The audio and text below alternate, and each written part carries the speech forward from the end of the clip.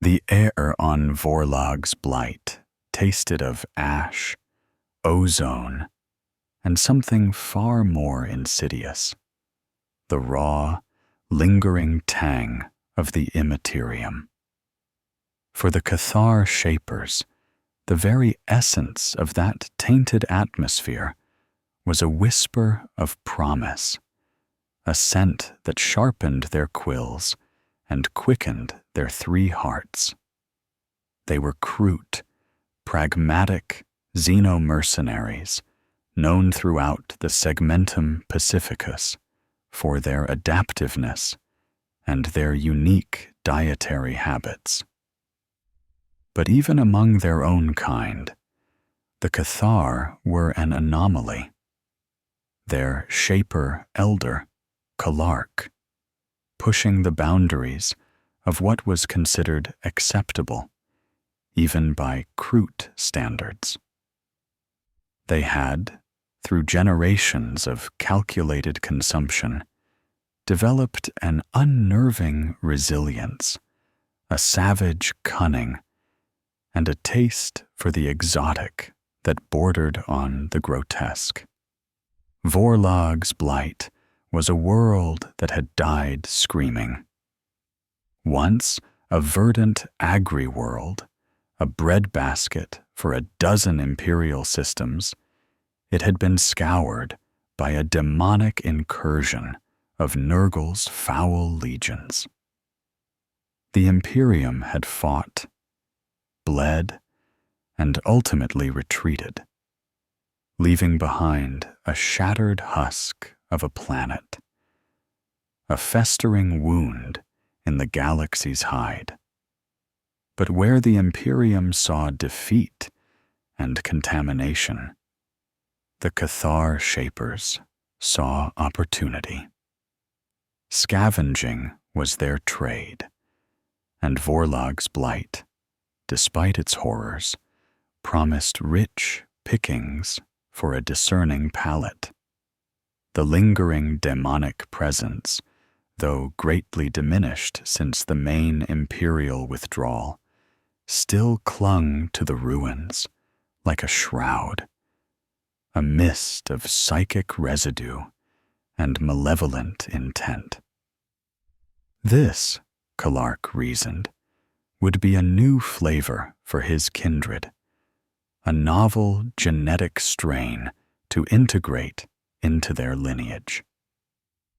Their journey to Vorlag's blight had been circuitous, a series of calculated jumps and clandestine trades aboard renegade transports. The payment for their services, a cache of salvaged plasma coils and xenotech weaponry, had been fair. Now, deep within the planet's blighted atmosphere, their shaper-controlled demiurge vessel, the Bone Eater, hung silent and unseen amidst the swirling storms of radioactive dust. From its belly, drop ships laden with KROOT carnivores and warriors had descended, a silent, feathered rain upon the decaying landscape. KROOT the Elder was a formidable presence, even for a KROOT. His frame was broader, his quills longer and thicker, streaked with the gray of advanced age and countless battles. His eyes, usually pools of sharp, calculating intelligence, gleamed with an unusual intensity as he surveyed the ruins of what had once been a vast promethium refinery complex. The air here was heavy, thick with the scent of decay, rust, and the metallic, sickly sweet tang of raw warp energy. His carnivores, agile and silent, fanned out, their KROOT rifles held ready, blades extended. "The air is alive," Kalark rasped, his voice a low growl that resonated through the bone-chilling silence. "A different kind of prey. Our ancestors would approve of such a challenge." Beside him, his most trusted KROOT, a grizzled carnivore named Grax, nodded, his own quills twitching with anticipation.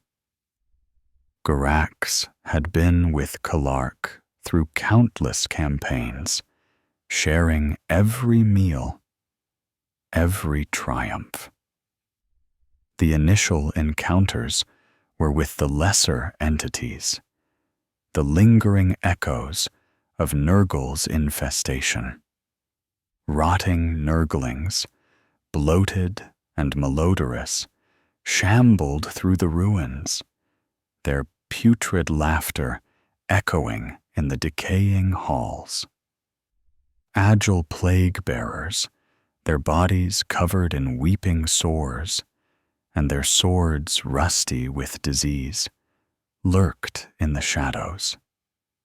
These were not the glorious, world-shattering greater demons that had once ravaged Vorlog's blight, but the dregs, the carrion eaters of the warp, left to continue the slow, agonizing decay.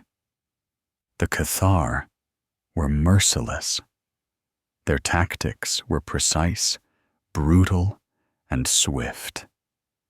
KROOT rifle fire tore through the shambling forms of Nurglings, their bodies exploding in gouts of foul pus. Carnivores, roaring their guttural war cries, engaged plague-bearers in close combat, their KROOT blades slicing through diseased flesh with practiced ease. The demons, being creatures of the warp, did not truly die, but dissipated in bursts of sickly green light and clouds of flies, their essence retreating back into the Imperium. But the Cathar were not interested in killing them outright. They were interested in what they left behind. As each demon dissipated, a lingering psychic residue remained, a shimmering, indistinct haze that quickly faded. But the KROOT, with their keen senses, could detect it, feel its ephemeral presence. It was different from any flesh they had ever consumed. There was no bone, no sinew, no muscle. It was pure essence, raw emotional energy given form, albeit a fleeting one. "Gather the residue," Kalark commanded, his voice sharp with urgency. "Do not let it disperse. Consume!" His KROOT, driven by instinct and years of conditioning, moved swiftly. They did not devour the dissipating demons in the way they would a defeated foe. Instead, with a primal, almost desperate hunger, they extended their tongues, sampling the shimmering, warp-tainted air where the demons had vanished. Some knelt, pressing their faces to the ground where the residue seemed to coalesce for a fraction of a second longer. Others, more aggressive, licked the very blades of their weapons that had passed through demonic forms, trying to absorb the lingering energy. Grax was among the first. He had just dispatched a particularly virulent plague-bearer, his KROOT rifle's bayonet having skewered the entity's chest before it dissolved in a burst of putrid green. Without hesitation, Garax ran his tongue along the still steaming blade, his quills bristling. A shudder ran through his body. His eyes widened, and a low, involuntary growl rumbled in his chest. It was a sensation unlike any he had ever experienced. The taste was sharp, metallic, yet strangely exhilarating. It burned, not with heat, but with a ethereal fire that seemed to ignite something deep within his very genetic structure. Kalark observed his kindred carefully. He saw the same reactions across the pack. The shivers, the sudden stillness, the widening of eyes, the subtle clenching of claws. He himself moved to a spot where a trio of Nurglings had vanished, kneeling to inhale the final wisps of energy before they dissipated entirely. As the strange, ethereal taste filled his mouth, a jolt, like an electric shock, surged through him. It was a chaotic symphony of emotions: fear, triumph, despair, a raw, unfettered hunger that echoed the very nature of the demon. For a moment, the world seemed to warp around him. Colors intensified, sounds became clearer, yet also distorted. He felt a fleeting connection to something vast and terrible, an echo of the Imperium itself. It was gone in an instant, leaving him breathless, his heart's hammering against his ribs. This was not the simple genetic adaptation he had anticipated. This was something else entirely, something profound and profoundly dangerous. A low murmur spread through the Cathar Shapers. They exchanged glances, their usually stoic expressions betraying a mixture of awe and unease. The lingering psychic residue of the demons had not simply been consumed.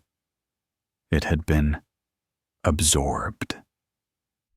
It was not a meal in the traditional sense, but an infusion, a mingling of their pragmatic, adaptable biology with something utterly alien, something from the raw, untamed realm of chaos. Kalark rose, his eyes scanning his kindred, each of them changed, however subtly, by the encounter. This is a powerful essence, he rasped, his voice filled with a tremor of something akin to reverence. A new path for the Cathar, a taste for the unseen. He didn't realize then the precipice upon which they stood, or the terrible, insatiable hunger they had just awakened within their collective genome.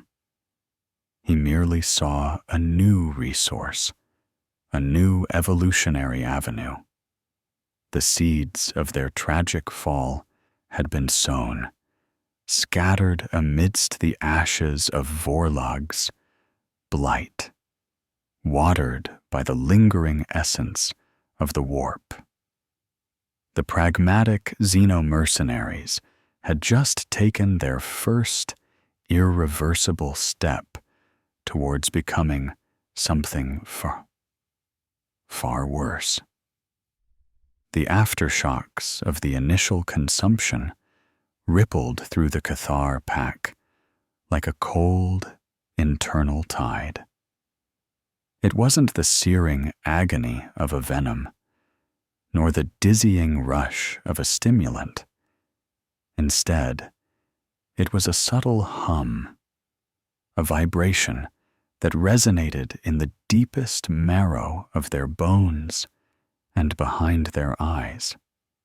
For many, it manifested as an unnerving clarity, a sharpening of senses that bordered on the painful. The acrid scent of Vorlag's blight, previously a tolerable backdrop, now assaulted them with agonizing detail.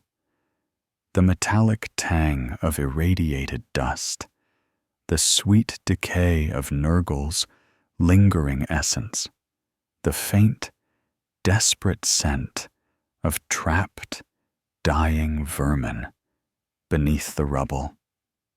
Every whisper of wind through the skeletal structures seemed to carry 1,000 distinct echoes.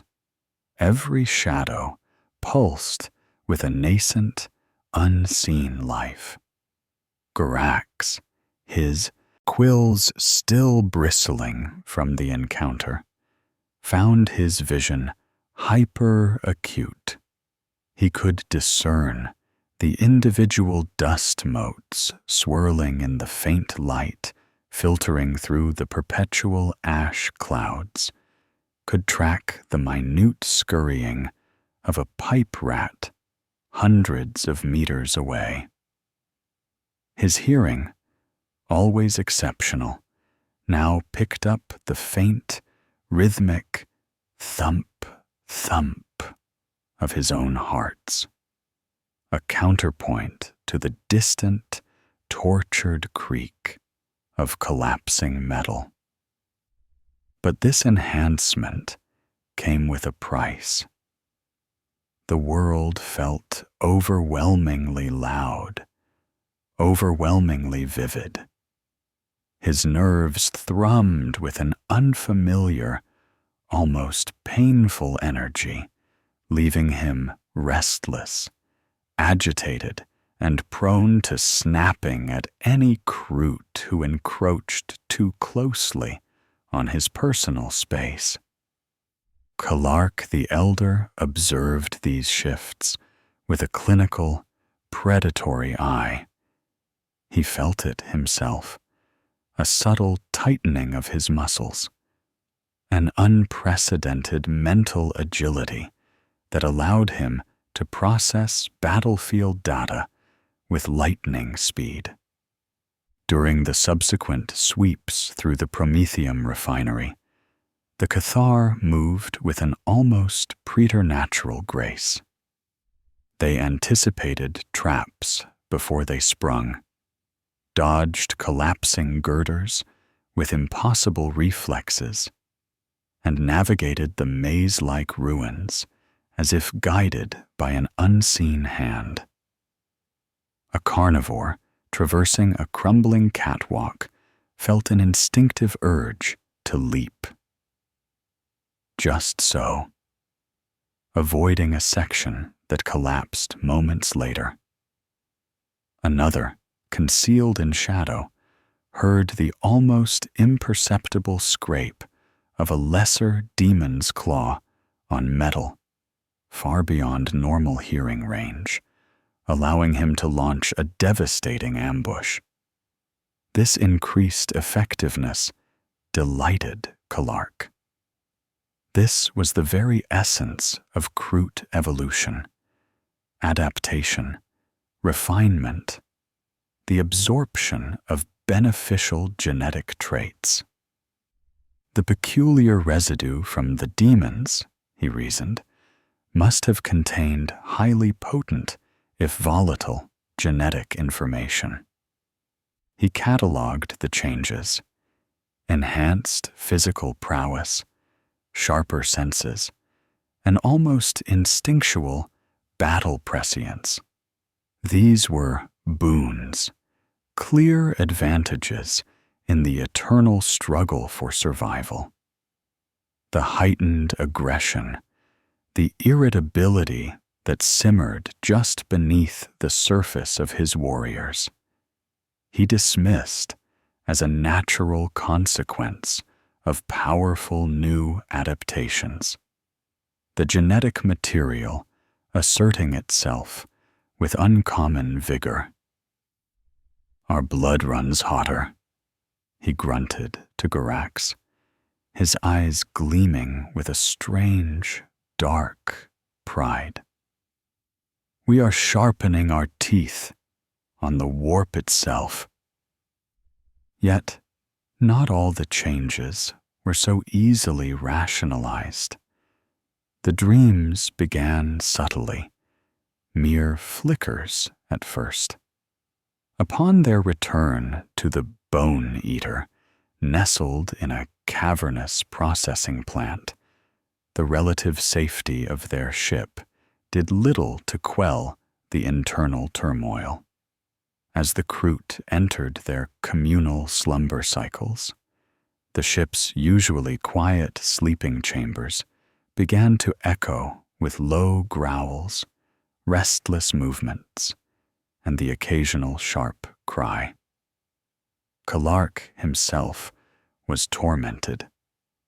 His dreams were no longer the familiar sequences of hunts and feasts, of strategic victories, and the proud presentation of new genetic material to the Shaper Council. Instead, they were kaleidoscopic nightmares, fragments of a reality that was not his own. He saw impossible colors, heard a cacophony of disembodied screams and laughter, felt a crushing sense of despair intermingled with ecstatic, depraved joy. He saw swirling vortexes of energy, impossible geometries, and figures that writhed and shrieked, their forms shifting like smoke. He awoke each cycle drenched in a cold sweat, his quills matted, his heart's pounding. He wasn't alone. Garax reported similar visions, not specific images, but a pervasive feeling of being watched, of something vast and ancient pressing against the fragile barrier of his mind. Other carnivores spoke of waking to phantom sensations, the cold touch of an unseen limb, the scent of burning incense and putrefaction that vanished with the dawn, the whisper of words in a language no KROOT had ever heard. It was as if their minds, now attuned to the psychic residue, had been opened, however slightly, to the raw, untamed chaos of the Imperium. Kalark, ever the pragmatist, filed these experiences away as heightened mental activity, an extension of their new sensory intake, perhaps a side effect of processing such potent new genes. The warp leaves its impressions like footprints in the mud, he grumbled, trying to sound confident. We will learn to ignore them, or use them. Then there was the hunger. The KROOT were always hungry, their very physiology driven by the need to consume and adapt. But this new hunger was different. Their usual rations of synthetic nutrient paste, scavenged Imperial MREs, or even the tough, stringy flesh of Vorlog's native pipe rats, now tasted like ash. They chewed, they swallowed, but the satisfaction was fleeting, shallow. A deep, gnawing void remained, a craving for something more, something intangible. Garax found himself staring at the demiurge crewmen who maintained their ship, his eyes lingering on the pulse in their throats, the warmth of their living bodies. He quickly averted his gaze, disturbed by the unfamiliar, predatory intensity of his own thoughts. He wasn't hungry for them in the traditional KROOT sense, not for their genetic material, their specific adaptations. It was something else, a flicker of their life force, the raw spark of their existence. It was a craving for essence, a hollow ache that only intensified with each mundane meal. Kalark felt it too. He would gnaw on a piece of dried nutrient algae, his powerful jaws grinding, but his mind would be elsewhere, replaying the moment he had absorbed the demonic residue on Vorlog's blight. That jolt of cold fire, that raw rush of impossible energy, that was what he craved. The demons had been pure, distilled emotion, raw, warp stuff.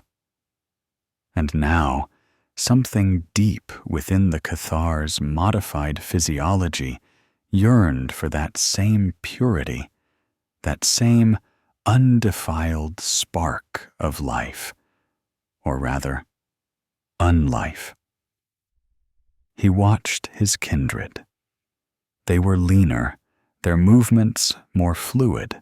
A subtle shimmer seemed to cling to their quills in certain lights, an almost imperceptible aura of barely contained energy. Their eyes, once merely predatory, now held a glint of something colder, something more ancient and utterly merciless. The transformation was slow, incremental, a creeping infection disguised as evolution. Kalark compiled his observations into a series of mental notes, framing them in the language of KROOT evolution. Sensory acuity. Unprecedented levels of sight, hearing, and smell. Advantage, superior tracking, and battlefield awareness. Physical enhancement. Increased speed, strength, and resilience. Advantage, dominance in close combat, enhanced survivability. Mental expansion. Unsettling dreams, intuitive battlefield insights. Advantage, potential for precognition, strategic advantage. Dietary shift. Preference for raw, potent essence over mundane biomass. Advantage, efficient energy absorption, focus on optimal genetic pathways. He meticulously ignored the rising aggression, the flashes of inexplicable rage, the persistent, unsettling psychic hum that resonated in the background of their collective consciousness.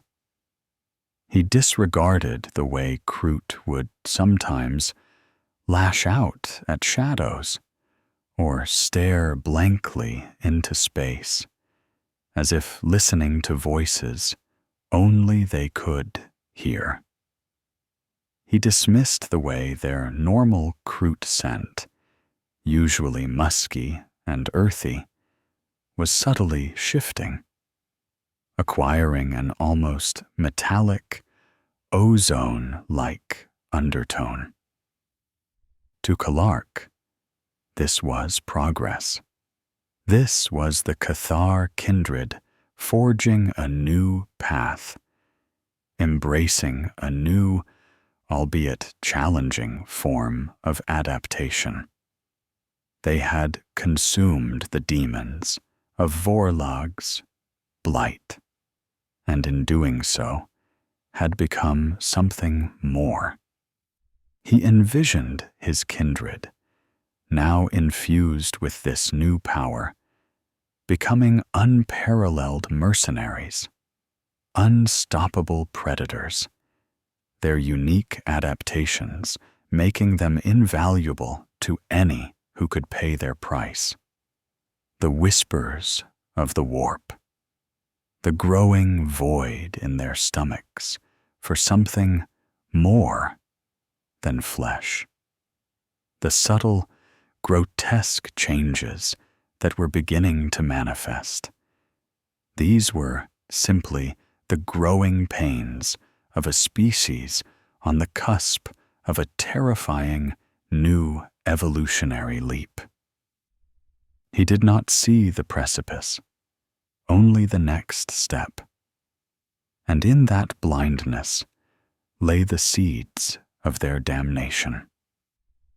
The Cathar's transformation was not merely internal. It began to manifest in their reputation. Word of the Blight Hunters and their terrifying efficacy spread through the shadowy conduits of the galactic underworld. Renegade captains, Xenos brokers, and desperate, cornered planetary governors, men and women accustomed to dealing in moral gray, began to seek out the Cathar. They cared little for the rumors of unsettling dietary habits or the vague, disturbing aura that now seemed to cling to the KROOT. They cared only for results, and the Cathar delivered with a terrifying, almost supernatural precision.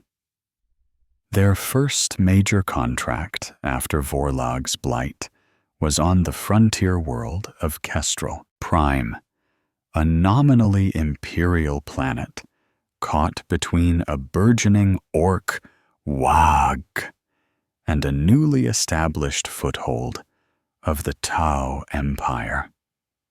The planetary governor, Lord Helion, a man utterly devoid of principle, sought a solution that would eliminate both threats without drawing the full wrath of the Imperium. A silent, savage broom to sweep away his problems. The Cathar, with their newly acquired, unsettling talents, were a perfect fit. The orc forces, a brutish, ramshackle collection of goths and snakebites, were entrenched in a vast, overgrown jungle system. Their Wag had been slowly but relentlessly consuming Kestrel Prime's outlying settlements. The Cathar, under Kalark's chillingly effective command, moved like wraiths through the dense foliage. Their enhanced senses, a direct inheritance from the demonic essence, allowed them to track orc patrols through the thickest undergrowth, to hear the telltale thump, thump, thump of their crude boots kilometers away, and to discern the individual, rank smell of orc bodies amidst the jungle's natural miasma. They didn't engage in pitched battles. That was not their way, nor was it the most efficient use of their new abilities. Instead, they became phantom predators. Entire orc scouting parties simply vanished. Sentries were found disemboweled, their crude choppas still clutched in lifeless hands, their faces frozen in expressions of pure, unadulterated terror. The Cathar utilized the innate fear that had subtly begun to emanate from them, a psychological weapon honed by the warp's touch. Orcs, notoriously fearless in the face of death, found themselves faltering, their crude minds assailed by fleeting, incomprehensible images of writhing shadows and guttural whispers that preyed on their subconscious. They began to suspect ghosts, which was far worse to them than any physical foe. One particular engagement showcased their evolving lethality. A KROOT warrior, his quills now slightly longer and prone to shivering even in still air, moved through a deep cave system where an orc Ardboy squad had made camp. The air was thick with the reek of unwashed greenskins and crude fungal ale. The KROOT's vision, usually struggling in such gloom, now seemed to pierce the darkness with an eerie phosphorescence, allowing him to discern every sleeping form. He didn't need to see. He felt their presence, the dull thrum of their vital energies, the coarse pulse of their orc wag field. He dispatched them one by one, a silent, feathered blade in the darkness, each kill precise, each throat cut with a hungry efficiency. He didn't consume their flesh in the traditional manner. Instead, he lingered, tasting the lingering fear, the fading spark of their crude souls. The act was quick, yet deeply unsettling, leaving him with a brief, exhilarating surge of energy, and an even deeper void immediately after. The Tau were a different challenge. Their technology, their drone networks, and their disciplined fire teams were a formidable obstacle. But here, too, the Cathar's peculiar advantages came into play. Their speed, augmented by a nascent, unnatural quickness, allowed them to close distances with astonishing rapidity, turning Tau overwatch positions into slaughterhouses before the automatons could even register the threat. Their resilience, an unexpected consequence of the demonic infusion, allowed them to shrug off hits that would have felled lesser KROOT. A rail rifle shot, designed to punch through ceramite, would wound, but not stop, a Cathar warrior, who would then close the distance with a desperate, feral shriek, his eyes glowing with an unholy light. The Tau began to report ghost sightings, their advanced sensors failing to register the fast-moving, shadowy KROOT until it was too late. They couldn't understand why their KROOT auxiliaries, usually pragmatic and dependable, were now displaying such unsettling aggression. such a primal bloodlust that bordered on the irrational. The Cathar did not just fight the Tau. They hunted them, reveling in the panic they sowed, savoring the moments of fear before the kill. Lord Helion, though horrified by the grotesque battlefield reports and the unnerving aura that emanated from Kalark during their rare, brief communications, could not deny the results.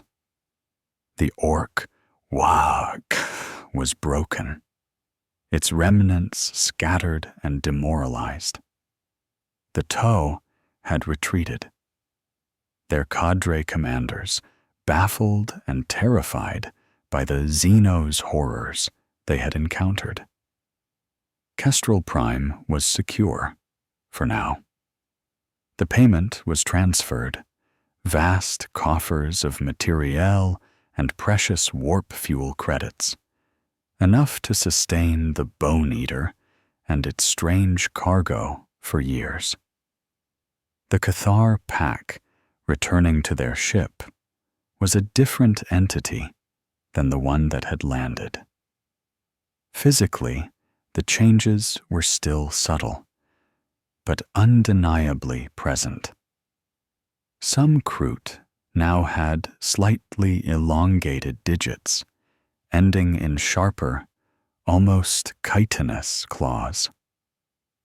Others found patches of their skin thickening, taking on a leathery, iridescent quality reminiscent of certain deep-sea fauna. Their quills, once merely bone and keratin, now felt unnaturally sharp, almost brittle, and would sometimes vibrate with an internal energy when their owners were agitated. Their eyes, once a uniform, predatory yellow, now occasionally shimmered with faint, unsettling hues of green or purple, particularly when focused on prey or experiencing intense emotion. The mental landscape was far more dramatically altered.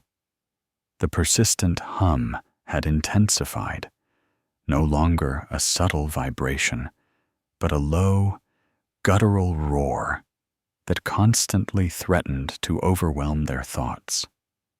The dreams had become more vivid, more demanding, populated by impossible entities and whispered promises of power, if only they would surrender to the primal hungers. The craving for essence had become a gnawing, ever-present torment. Regular food was barely tolerated, consumed only out of necessity. A hollow ritual before the true hunger asserted itself. During their leisure cycles aboard the Bone Eater, individual KROOT could be seen staring blankly at the walls, their quills twitching, their minds lost in the psychic cacophony of the nascent warp taint. Some twitched, spoke in garbled, guttural tones to unseen entities, or experienced sudden, inexplicable fits of rage. The subtle changes Kalark had catalogued were rapidly accelerating, twisting, and contorting. Kalark himself was both proud and wary. He felt the increasing power, the surge of new, untamed energies within him. He felt his authority deepen, his commands imbued with a strange, undeniable force that compelled obedience from his kindred. But he also felt the growing internal pressure. the incessant whisper of 1,000 voices, the ceaseless thrumming of a hunger that threatened to consume him whole. He was no fool. He knew this was not a simple evolutionary step. This was something grander, something terrifying, something that threatened to unravel the very fabric of KROOT identity. Yet the power it offered, the dominance it promised, was intoxicating. He looked upon his pack, his Cathar shapers, no longer merely mercenaries, but something new, something unsettling. They had risen to prominence, carved a bloody swath through the galaxy, their name a whispered curse and a desperate plea. But the cost was mounting, and the shadow of their benefactor, the Prince of Pleasure, whose essence now coursed through their veins, was growing ever longer, ever darker. They had sought to consume the demons, but in their blind hunger, they had been consumed in turn, bound to a fate far more insidious than mere biological adaptation. The insidious nature of the Cathar's transformation became starkly undeniable on the desolate moon of Xylos IV. They had been contracted by a shadowy, rogue trader syndicate to clear out a particularly tenacious infestation of dark Eldar corsairs who had established a hidden reaving base. The dark Eldar, with their sadistic delight in pain and suffering, proved to be an unexpected catalyst for the Cathar's accelerating corruption. During the initial skirmishes, the Cathar encountered a squad of Hellions, their anti-grav skyboards weaving through the moon's jagged canyons. The KROOT's enhanced speed and newfound resilience allowed them to close the distance, but the Hellions, masters of agony, quickly retaliated with their barbed whips and razor-sharp blades. A carnivore named Jethul, who had been among the first to sample the demonic essence on Vorlog's blight, took a savage blow from a Hellion's impaler, a barbed flail laced with paralytic toxins. The weapon tore through his shoulder, embedding itself deeply. Any normal KROOT would have been brought low, writhing in pain. But Jethul did not fall. Instead, a guttural, inhuman shriek tore from his throat. His eyes, now permanently tinged with a faint, lurid purple, flared with an unholy light. His quills, stiff and sharp, bristled, emitting a faint ozone crackle. The pain, rather than debilitating him, seemed to fuel him. He felt it, a searing agony, but it was accompanied by an exhilarating surge of raw, untamed energy, a perverse echo of the demonic essence he had consumed. With a strength that defied his injuries, he ripped the impaler from his shoulder, tearing a ragged chunk of flesh with it, and used the momentum to charge the Hellion. His KROOT rifle, usually a precise weapon, became a crude bludgeon, slamming into the Hellion's chest with bone-shattering force. As the Dark Eldar fell, screaming in a mix of surprise and agony, Jethul plunged his hand into the dying Xeno's chest, not to take flesh, but to consume the last desperate flicker of its life. The other KROOT, witnessing this raw display, felt a cold dread mix with a savage thrill. This was not the pragmatic consumption of a KROOT. This was something darker, something monstrous. The lingering essence of the DAEMONS, no longer a subtle influence, now manifested in grotesque physical changes. Jethul's quills, where the impaler had torn his flesh, began to warp and writhe, elongating into chitinous barbs that pulsed with a faint, sickly luminescence. His skin, already thickened in places, now developed small, iridescent scales along his forearms, catching the dim light of Xylos IV's distant sun. Throughout the Xylos IV campaign, such transformations became more common. KROOT warriors, engaged in close-quarters combat, found their fingers elongating into wicked, clawed talons, capable of rending armor. Their mouths, already containing rows of sharp teeth, became wider. Their jaws, capable of unhinging to accommodate larger bites, revealing tongues that flickered with an unnatural speed. Eyes glowed with unholy colors, greens, purples, sickly yellows, reflecting the chaotic energies that now coursed through their veins. Some KROOT developed patches of hardened, multi-hued chitin on their shoulders or chests, offering unearned protection.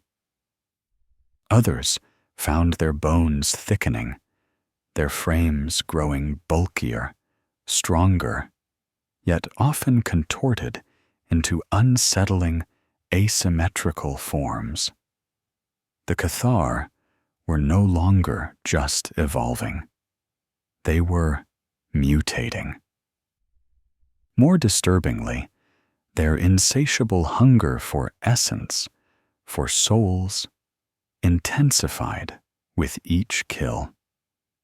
The pragmatic consumption of genetic material, once the bedrock of KROOT existence, was now overshadowed by a primal, burning thirst for the very life force of their prey.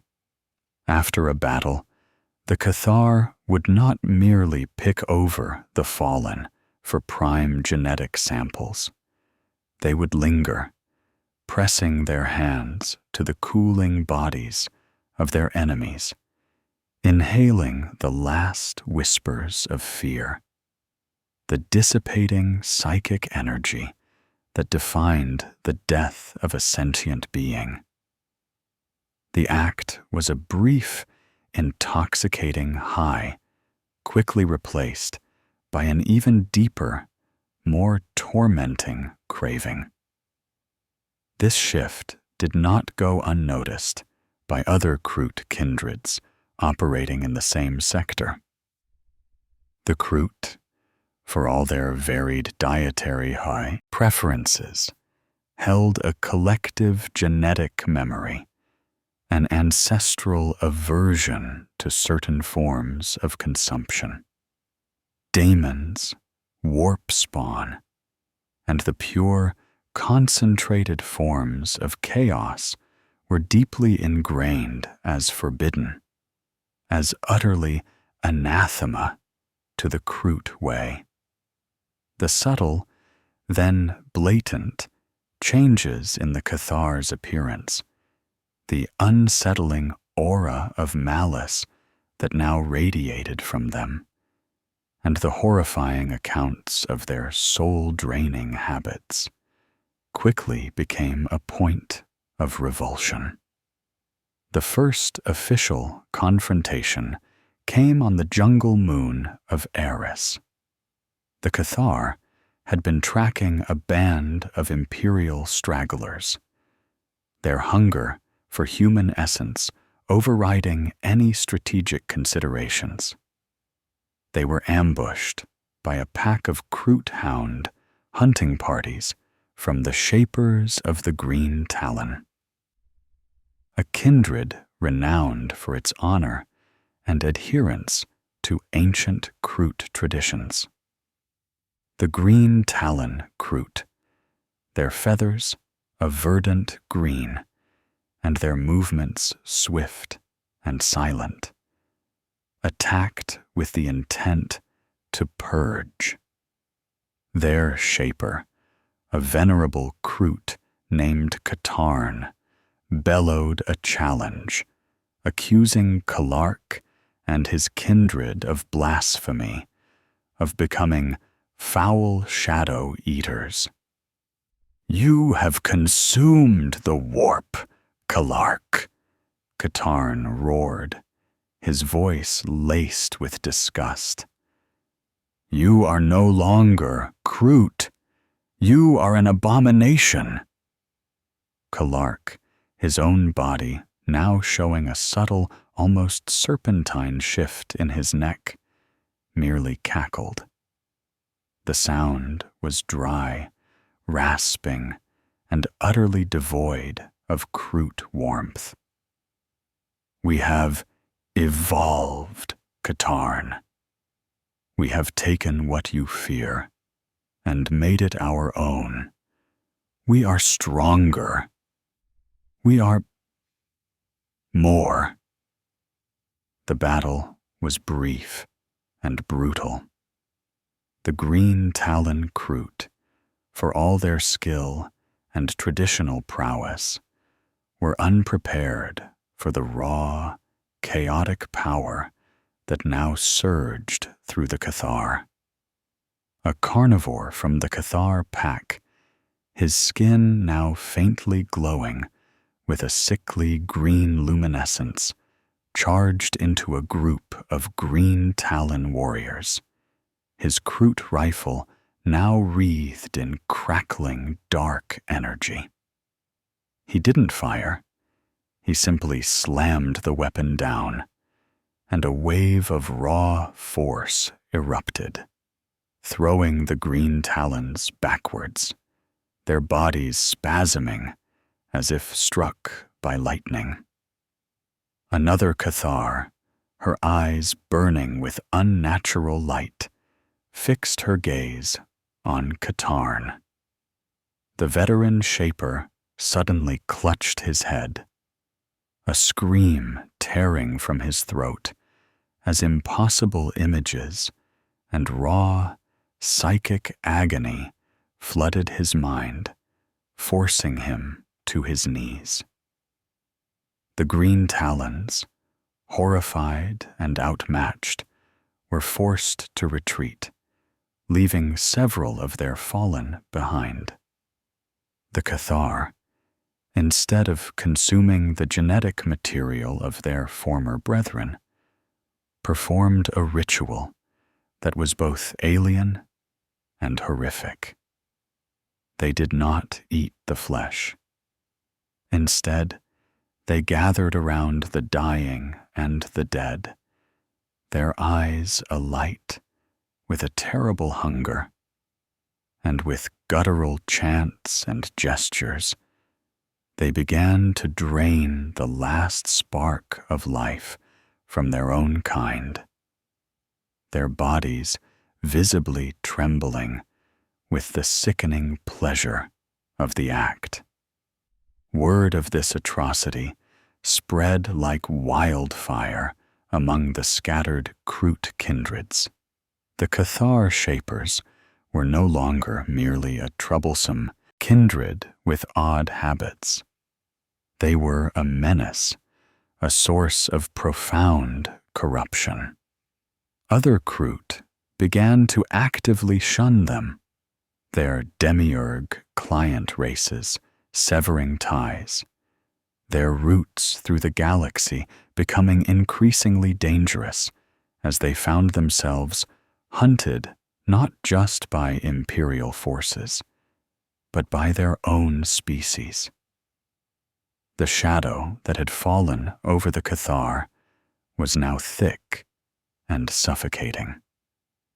They were losing their KROOT identity, replacing it with something infinitely more terrifying, something utterly alien to their nature. They were becoming true, chaos-tainted beasts, their pragmatic mercenary origins dissolving into a nightmare of unquenchable hunger and grotesque mutation. KROOT, rather than despairing, simply smiled. A wide, predatory grin that stretched his mutated jaws. The whispers in his mind were louder now, clearer, promising ultimate power if he would only surrender entirely. And he, in his blind ambition, was more than willing to listen. The escalating reports of the Cathar's peculiar savagery and the grotesque nature of their recent activities eventually filtered through the Byzantine layers of the Imperium's intelligence networks.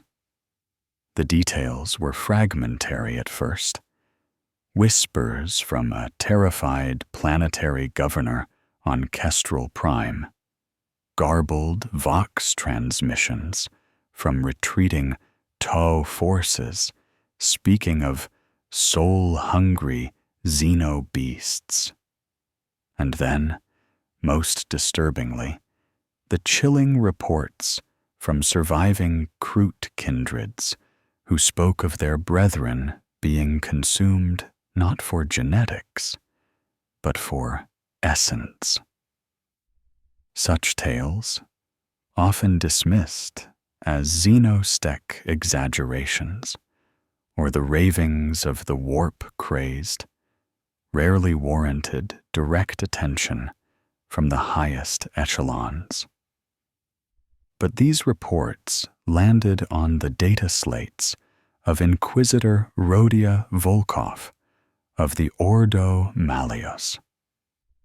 Volkov was not a woman prone to dismissal. Her career had been forged in the fire of countless demon incursions. Her mind a steel trap for the nuances of warp corruption.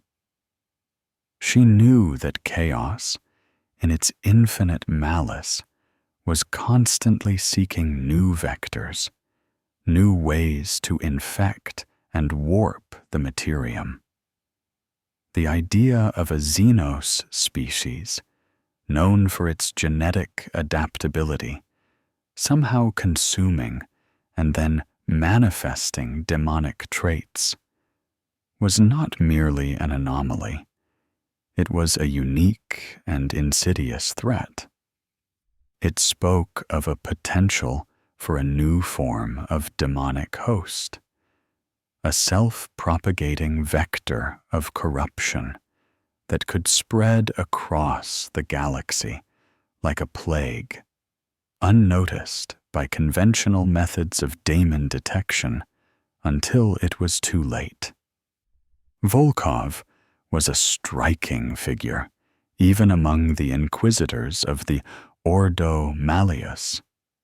Her features were sharp, austere, framed by severe dark hair that often caught the faint glow of her cybernetic eye implants. Her bionic arm, a relic of a particularly brutal engagement with a demon prince of Nurgle, was a gleaming testament to her unyielding resolve. She wore a tailored, crimson-lined power armor coat over her ceramite breastplate, adorned with numerous purity seals and a single, unblinking, inquisitorial rosette. Her voice, when she spoke, was calm, precise, and carried the weight of absolute authority. A KROOT kindred, consuming demonic residue, and now exhibiting warp abilities and a thirst for souls? Volkov murmured, her bionic eye whirring softly as she reviewed the collected data aboard her personal strike cruiser, the Hammer of Atonement. Her aide, an interrogator named Service, shifted uncomfortably. It seems unprecedented, Inquisitor. We have records of Xeno's demon interaction, even possession, but never this form of adaptive absorption. Precisely, Service, Volkov responded, her gaze fixed on a schematic of KROOT genetic structure overlaid with theoretical warp energy signatures. Chaos is a corruptor, not the genetic engineer. The KROOT are known for their ability to integrate genetic material, yes, but to integrate warp essence, to metabolize it into physical and psychic abilities? This is a biological gateway to the Imperium we cannot allow to remain open. Her initial investigations were painstaking. She deployed covert Astra Militarum recon units, disguised as rogue trader, merchant convoys, to sectors where the Cathar were last sighted. The reports were grim. Planets where the Cathar had operated were left with a distinct psychic scar, a lingering sense of dread and violation. Eyewitness accounts spoke of KROOT with glowing eyes, chitinous skin, and an unnatural, chilling aura of malevolence. Most damning were the psychic echoes, the faint, lingering impressions of souls being ripped from bodies, a signature that Volkov recognized from her grim encounters with demons of Slaanesh.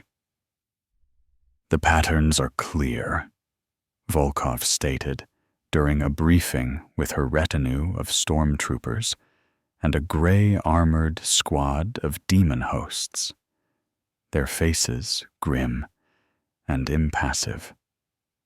The Cathar are not merely mutating. They are becoming instruments, perhaps even vessels, for a demonic entity or collection of entities whose essence they have consumed. Their hunger for souls is a reflection of Chaos's own insatiable appetite. This is not evolution. It is subjugation, a slow, biological enthrallment. She dedicated herself and her entire retinue to the hunt. The Hammer of Atonement, usually engaged in purging full-blown demon incursions, was now redirected, its formidable armaments and highly trained crew focused on a single, elusive target. A KROOT mercenary band. Volkov saw the danger not just in the Cathar themselves, but in the precedent they represented.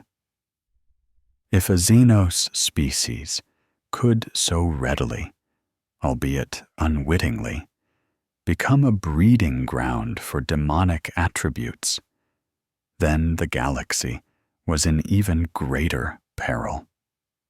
It would open a new front in the eternal war against chaos, a front that bypassed conventional methods of demonic manifestation.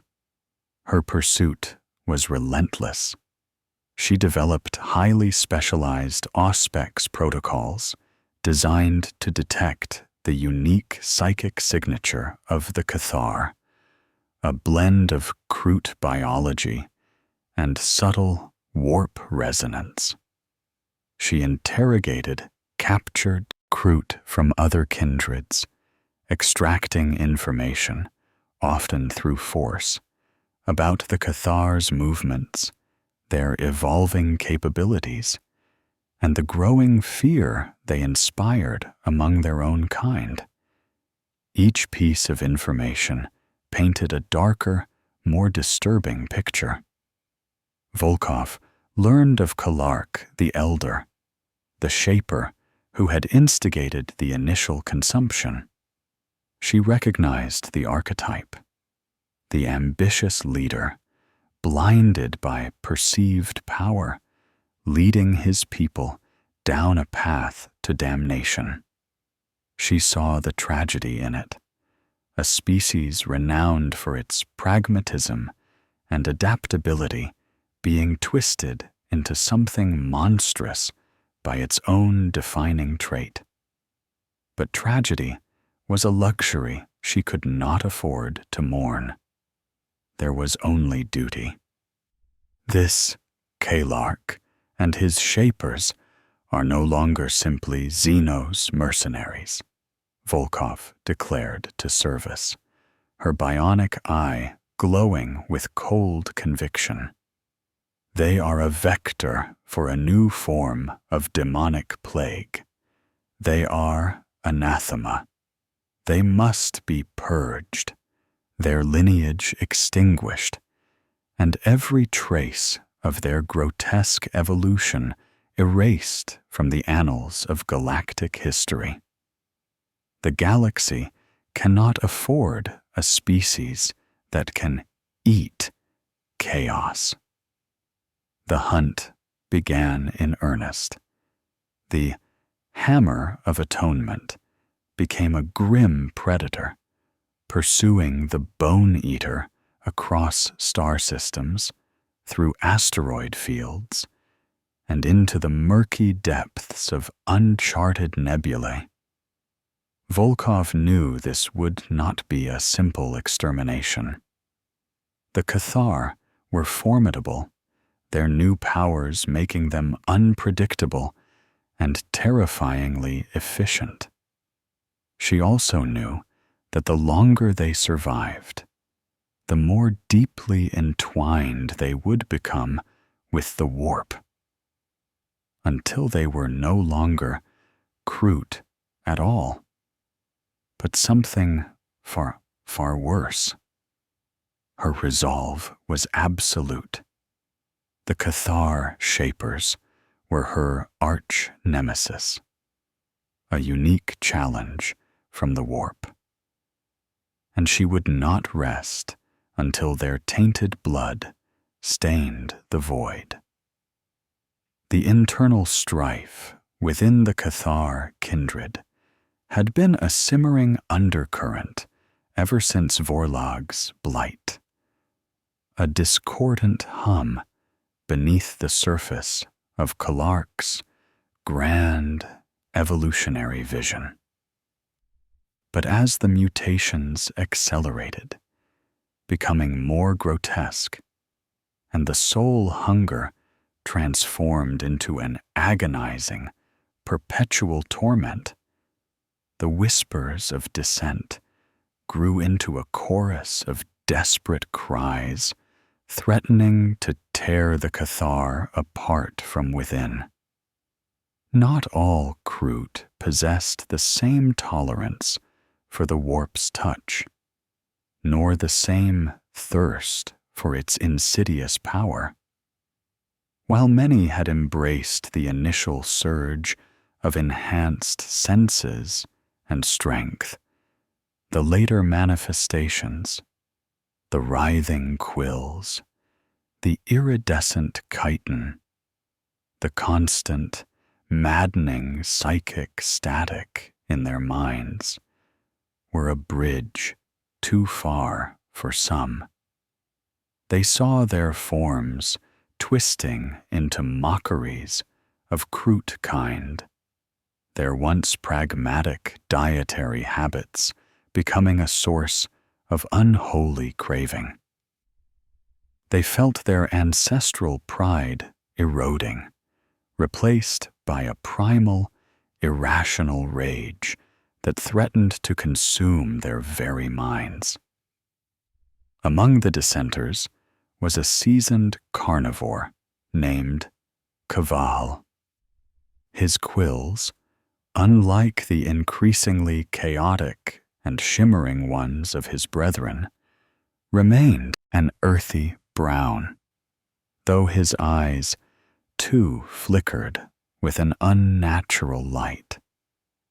He had been a loyal warrior, dedicated to Kalark's leadership for centuries, but he watched with growing horror as his comrades changed.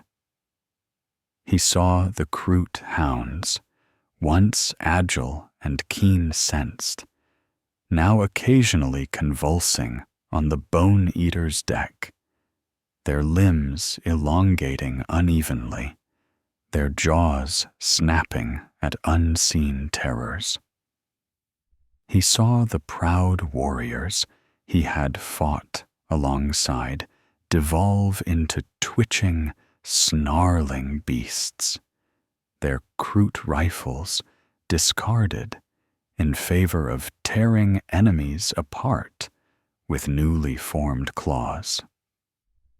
Kaval gathered a small faction of like-minded KROOT, those whose mutations were less pronounced, or whose minds still clung to the vestiges of KROOT pragmatism. They spoke in hushed tones in the ship's deepest engine vents, their voices barely audible over the thrum of the warp drive and the incessant, distant psychic moans that now seemed to permeate the very hull. "We are becoming something vile," Kaval rasped to his small band, his voice thick with despair. "This is not evolution. This is corruption. We are losing ourselves." A young KROOT warrior named Zakar, his quills beginning to develop an unsettling translucence, nodded grimly. "The hunger. It is unbearable, not for flesh, but for the light within them. It makes us beasts, not warriors." Their plan was desperate: to seize control of the Bone Eater, abandon Kalark and his most corrupted followers, and flee into the unknown, hoping to find a path to cleanse themselves, or at least to die as KROOT. They knew the risks. Kalark's grip on the kindred had tightened, his authority now bolstered by an almost psychic charisma, a dark allure that compelled loyalty and crushed dissent. He seemed to sense their thoughts, his eyes often fixing on them with an unnerving intensity, even from across a crowded compartment. The rebellion began in the auxiliary weapon bays.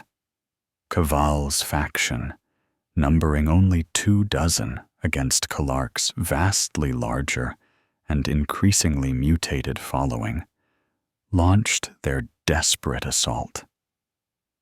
They disabled the bay's energy conduits, plunged it into darkness, and attempted to secure the ship's control spine. But Kalark was waiting.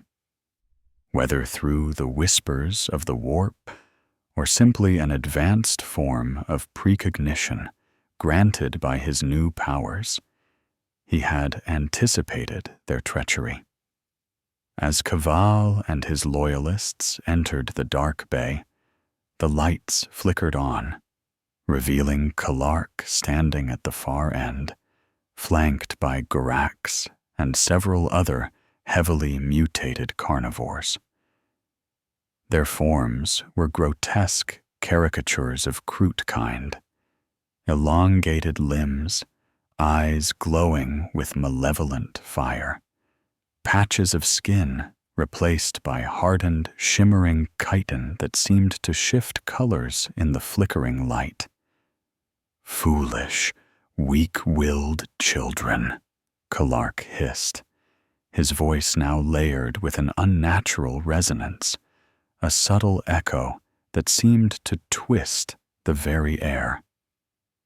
You cling to the past, to the limitations of your ancestors. We are forging a new path, a path of ultimate power, Kaval roared. This is not power. This is damnation. You lead us to destruction. Shaper. He raised his KROOT rifle, but before he could fire, Garax, his body now a twisted mass of muscle and bone, launched himself forward with impossible speed. His claws, now long and razor-sharp, ripped through Zakar's chest before the young KROOT could even react. Zakar's scream was cut short as his life force was brutally ripped from him. And Garax visibly shuddered, momentarily satiated by the gruesome feast of essence. The battle was short and brutal, a horrifying display of the Cathar's true descent. Kaval's loyalists, though desperate, were no match for the raw, chaotic power of Kalark's corrupted guard. KROOT warriors who attempted to flee found their minds overwhelmed by psychic blasts, their bodies collapsing as if struck by unseen hammers. One KROOT, her face contorted in a silent scream, felt her quills erupt into hundreds of barbed tendrils that wrapped around her, crushing her to death. Kaval himself fought with the fury of a cornered beast, his traditional KROOT blade carving bloody furrows in the chitinous hides of his former comrades. But he was slowly overwhelmed, his pragmatic fighting style unable to counter the unpredictable, warp-infused attacks of Kalark's followers. He finally faced Kalark, who merely watched, a cruel smile on his twisted face as Garax and 2 other mutants pinned Kaval to the deck. You speak of damnation, Kaval, Kalark rasped, slowly approaching the defeated rebel. I speak of apotheosis. You will witness the true glory of what we are becoming." With a gesture, KROOT commanded his mutated KROOT to tear Kaval limb from limb. The screams were cut short, not by death, but by the ritualistic consumption of Kaval's essence, his very soul drawn out in a shimmering purple mist that was greedily absorbed by KROOT's pack. The act was deliberate, horrifying, a public execution designed to crush any further thoughts of rebellion. In the wake of the uprising, KROOT consolidated his control through terror and the dark promise of ultimate power. The remaining Cathar, cowed and broken, watched their shaper transform into something far beyond their understanding. KROOT's body continued to warp, his skin now visibly rippling with unseen energies, his eyes glowing with an infernal light that seemed to burn into the very souls of those who met his gaze. He began to communicate telepathically with his closest, most mutated followers, their thoughts intertwining in a cacophony of twisted desires and insatiable hunger. The schism was over. The Cathar kindred was no longer a disparate group of individuals. It was a single, terrifying entity bound by KROOT's corrupted will and the ever-present hunger for essence. They were past the point of no return, their fate sealed by the choices of their shaper. The Cathar had sacrificed their identity, their pragmatism, and their very souls for a dark, fleeting promise of power. And now they would bear the horrific burden of their choice, becoming nothing more than slaves to the burgeoning demonic entity within them. The planetary defense forces of Vigil's rest were not prepared for the Cathar shapers. They were a regiment of the Imperial Guard, the 117th Vigilantes, fresh from a deployment against a minor Xenos insurgency, their morale high, their discipline exemplary. They had established a fortified line around the principal hab block of Port Varen, awaiting the Cathar, whom their commanders had dismissed as unusually aggressive KROOT mercenaries. The reports of grotesque mutations and psychic abilities were either censored or written off as fear-mongering. They expected a brutal but conventional fight against a Xenos foe. They were gravely mistaken. The Cathar struck at night, a swirling, shrieking storm of feathered shadow. Their arrival was heralded not by the thunder of drop ships or the clatter of boots, but by a sudden, chilling silence that descended upon Port Varen, followed by a cacophony of disembodied whispers and guttural snarls that seemed to originate from the very air itself. The guardsmen on the perimeter, their laser guns clutched tight, felt a primal dread claw at their guts, a fear that transcended the natural terror of battle. Then the Cathar came. They moved with a speed that defied human perception, blurring through the defensive emplacements. KROOT carnivores, their bodies now a disturbing mosaic of muscle, chitin, and writhing quills, tore through sandbag barriers as if they were made of paper. Their eyes, glowing with sickly greens and purples, seemed to hypnotize their prey.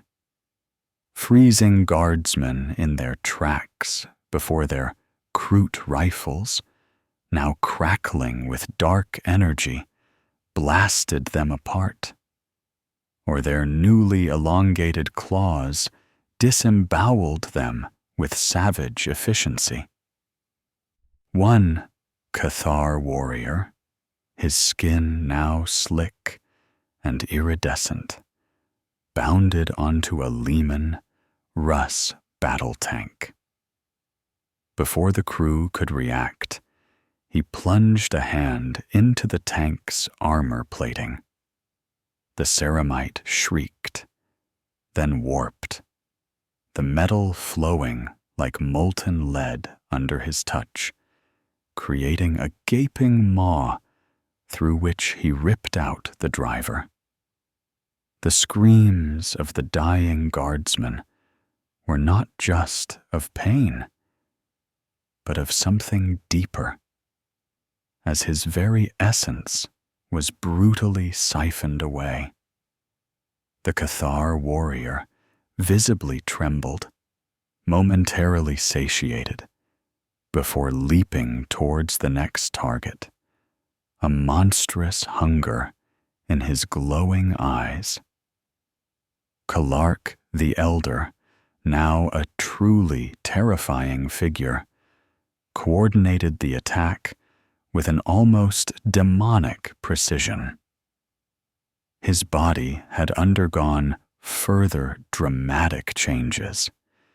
His quills, once a proud crest, now twisted and coiled around his head, some of them ending in tiny, multifaceted eyes that seemed to constantly scan the battlefield. His skin was mottled, a shifting pattern of greens, purples, and blues, like a bruise expanding and contracting. His voice, when he spoke commands, was a resonating, layered growl that seemed to bypass the ears and directly assail the mind, sowing discord and terror among the Imperial ranks. He did not engage directly in the front-line slaughter. Instead, he stood atop a ruined comms tower, a dark silhouette against the explosions, and unleashed the full, uncontrolled fury of his nascent demonic powers.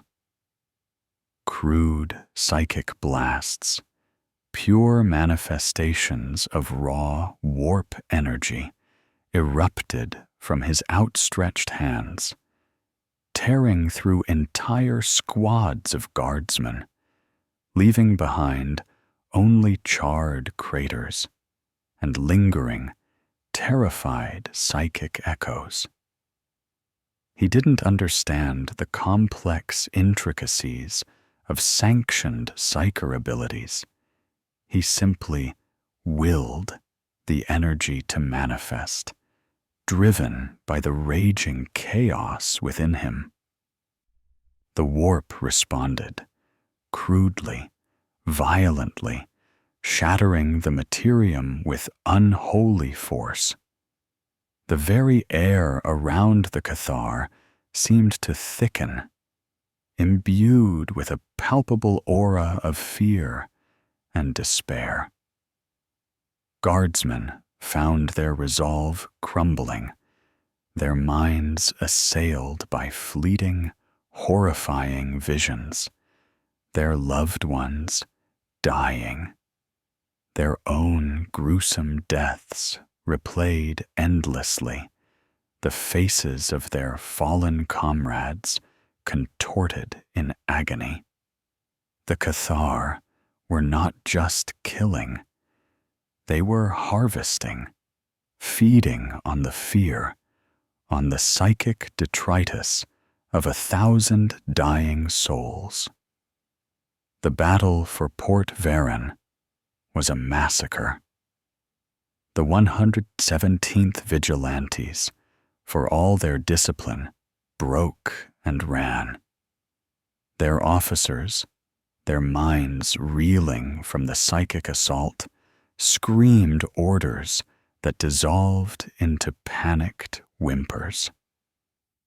The Cathar pursued them relentlessly, not merely to destroy, but to prolong the terror, to gorge themselves on the agony.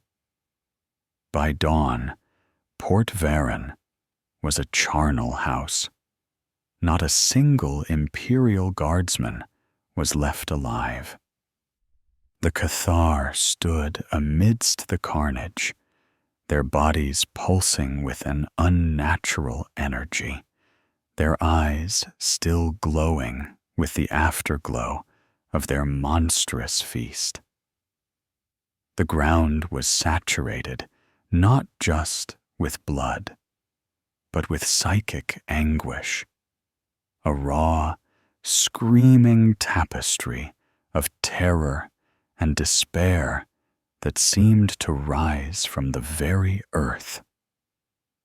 The air thrummed with residual warp energy, the stench of ozone and raw psychic force heavy in the atmosphere. The Cathar had won an absolute, horrifying victory, but the cost was immense, even for them. The unrestrained use of their newfound demonic powers had taken a terrible toll. Several KROOT warriors, unable to contain the torrent of warp energy, simply collapsed, their bodies rapidly deforming, twisting into formless, screaming masses of flesh and quills before dissolving into a fine, gray dust that blew away on the wind. Others writhed on the ground, their mutations accelerating to an uncontrollable degree, their minds collapsing into shrieking madness as their forms distended into grotesque, mindless aberrations, little more than lumps of raw, pulsating demonic biomass. Even Kalark the Elder, standing amidst his triumph, felt the feedback. A searing pain lanced through his skull, and his vision swam. He clutched his head, a low growl of agony tearing from his throat, before mastering it. His body shuddered, a tremor of uncontrollable power threatening to overwhelm him. He had wielded the warp, but it had carved deeper into his soul, binding him more tightly to its corrupting influence. The victory was a Pyrrhic one, soaked in the blood of their enemies and the sanity of their own kind. The battlefield, saturated with psychic anguish, created a localized warp anomaly, a beacon screaming out into the immaterium. It was a call that would not go unanswered. Minor demon hosts, drawn to the raw psychic energy like vultures to carrion, began to manifest on Vigil's rest, their forms coalescing from the screaming air, eager to partake in the lingering psychic feast. The Cathar, bloated on their horrific victory, now found themselves facing a new threat. The very entities whose essence they had so greedily consumed. They had unleashed a power they could not fully control, attracting the attention of entities far older, far more powerful, and infinitely more malevolent than they could ever comprehend. The shadows were indeed falling, and their victory was merely a prelude to a deeper, more profound damnation. After the horrific victory on Vigil's rest, the Cathar Shapers were forced to make a hasty retreat. The psychic scar they had left on the planet was too pronounced, a wailing siren in the Imperium that had begun to draw lesser demons and other warp predators. The Bone Eater, with its damaged and increasingly erratic engines, struggled to disengage from the grav well of the blighted planet. KROOT, still reeling from the psychic feedback of his own terrifying power, pushed his demiurge crew to their limits, desperate to escape the consequences of his ambition. Their flight took them through a derelict stretch of void, a graveyard of forgotten ships and shattered planetary fragments, a grim testament to some ancient interstellar conflict. Here, amidst the echoing silence of abandoned hulks, the Bone Eater's sensors picked up a faint, anomalous energy signature emanating from a particularly vast and ancient space hulk. It was a chaotic accretion of countless vessels, fused together by gravity, time, and perhaps the warp itself. KROOT, driven by an instinct that was now as much demonic as KROOT, ordered a cautious approach. He sensed a lingering power within the hulk, a resonance that called to the burgeoning void within him.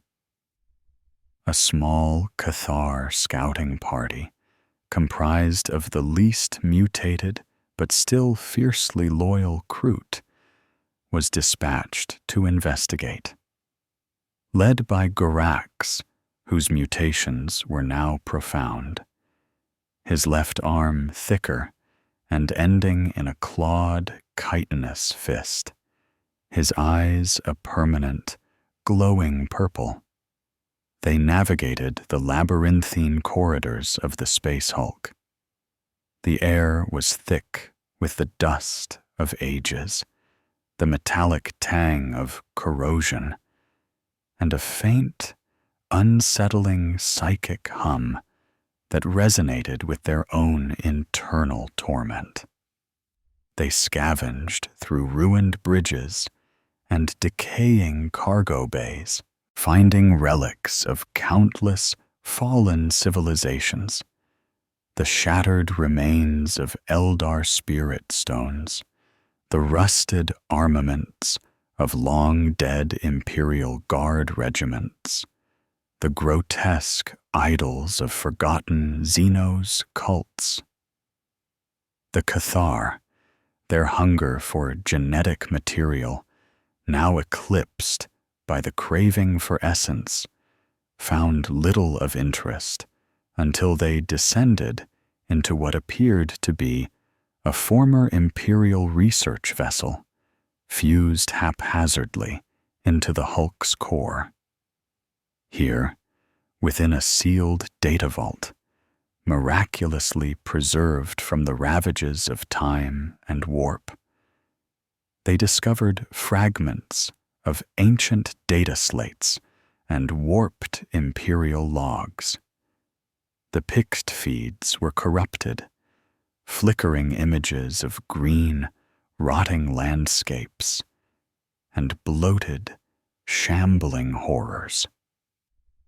The audio logs were distorted, barely coherent whispers, but enough remained for Clark, who reviewed the findings from the Bone Eater to piece together a horrifying truth.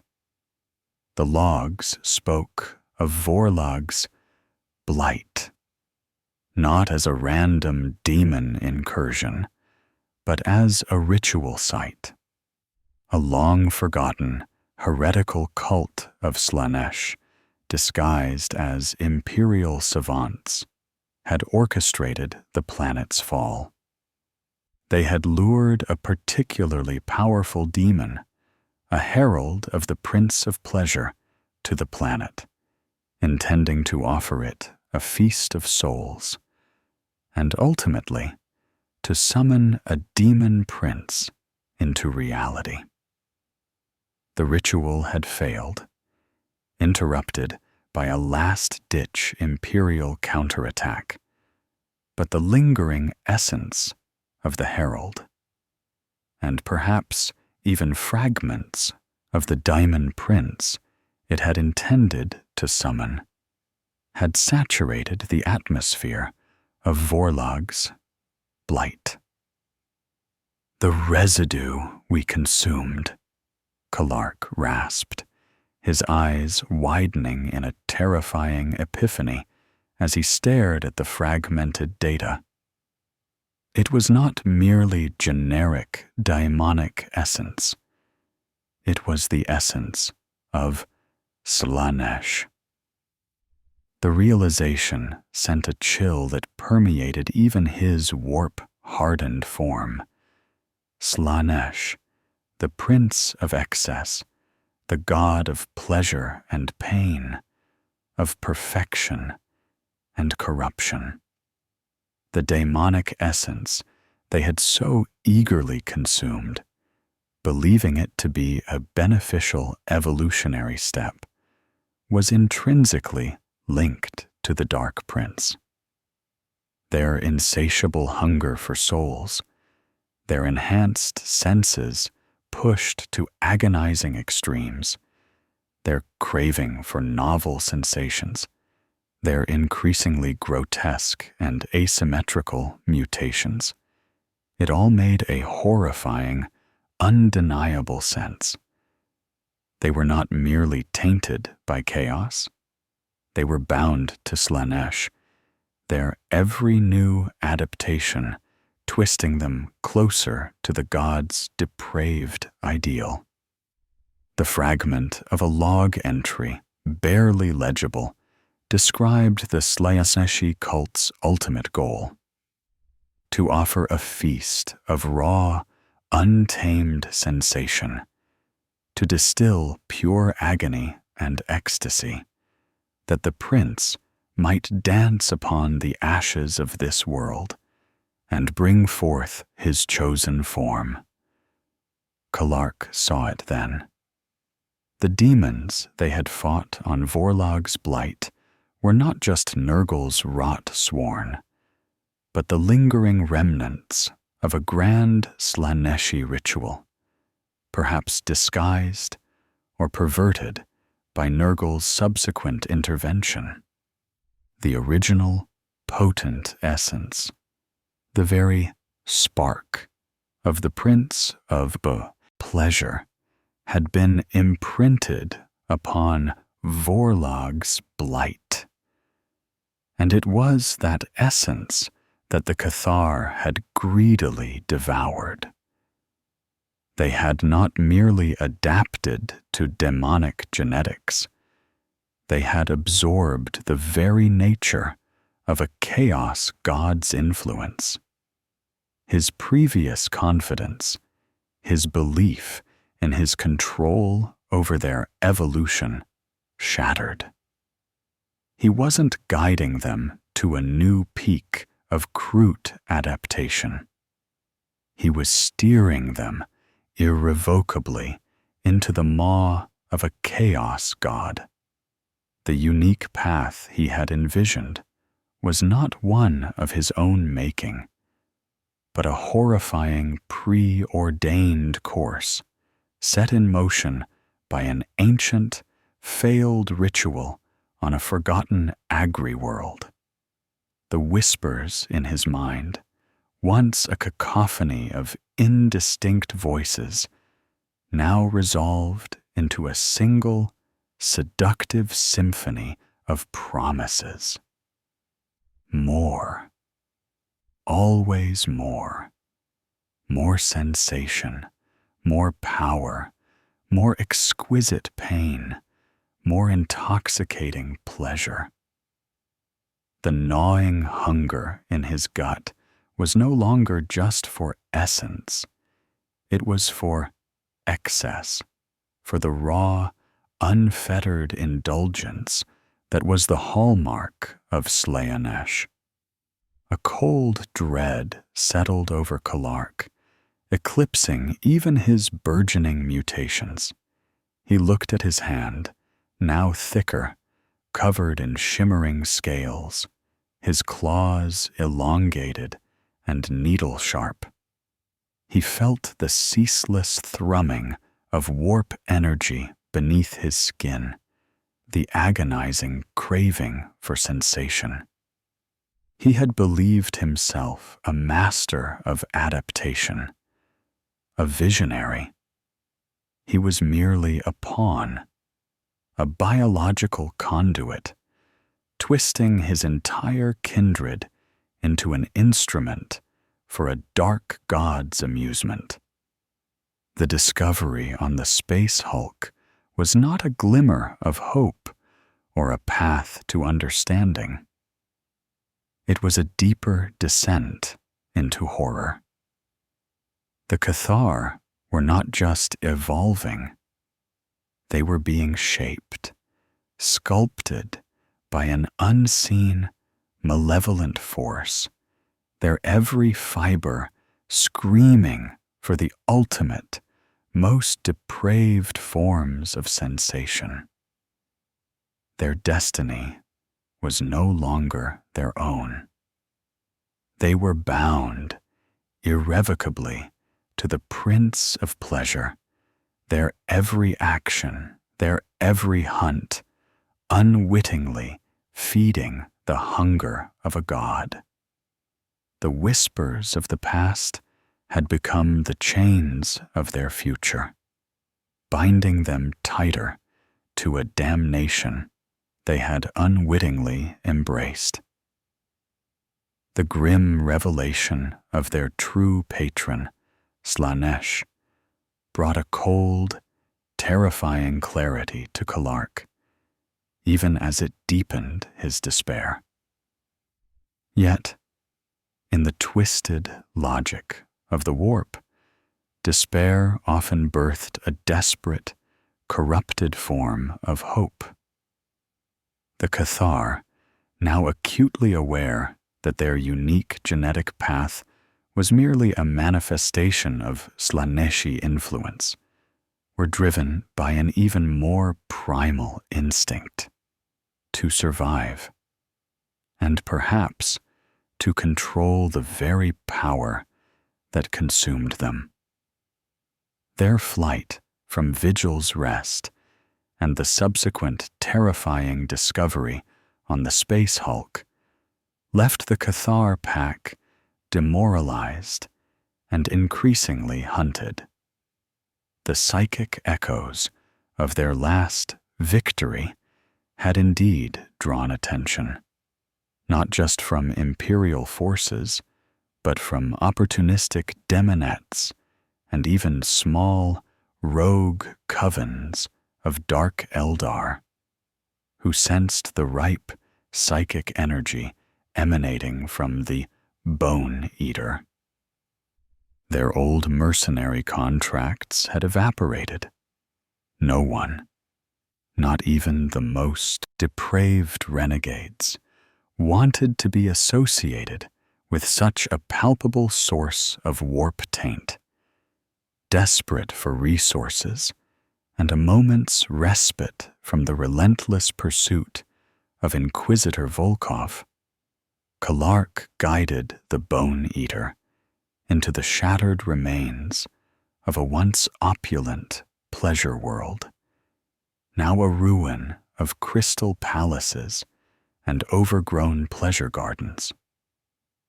It had been ravaged by some ancient conflict, its inhabitants long gone, their opulent structures crumbling under the weight of time and neglect. The lingering psychic residue was palpable here, echoes of forgotten feasts, depraved delights, and agonizing deaths. It called to the Cathar's burgeoning hunger for sensation. It was amidst the skeletal remains of a vast, crystalline amphitheater that they encountered the Eldar, not the pristine, arrogant scions of craft worlds, but a renegade farseer named Zileas. Her robes, once vibrant, were now faded and patched, her mind a fractured mosaic of foresight and desperation. She had chosen exile over the rigid strictures of her craft world, seeking to forge her own destiny, often at the expense of others. Zileas was drawn to the Cathar not by benevolence, but by opportunism and a deep intellectual curiosity about their unique form of corruption. She sensed the burgeoning Slaaneshi influence, recognizing its potential as a tool. "You are consumed by the Prince of Excess," Zileas's voice echoed in Kalark's mind, a silver chime of psychic resonance bypassing his ears entirely. Her physical form remained shrouded in cloaks, but her eyes, visible through the folds, shimmered with ancient, weary wisdom and calculating ambition. "Your kind sought to devour. You have been devoured in turn."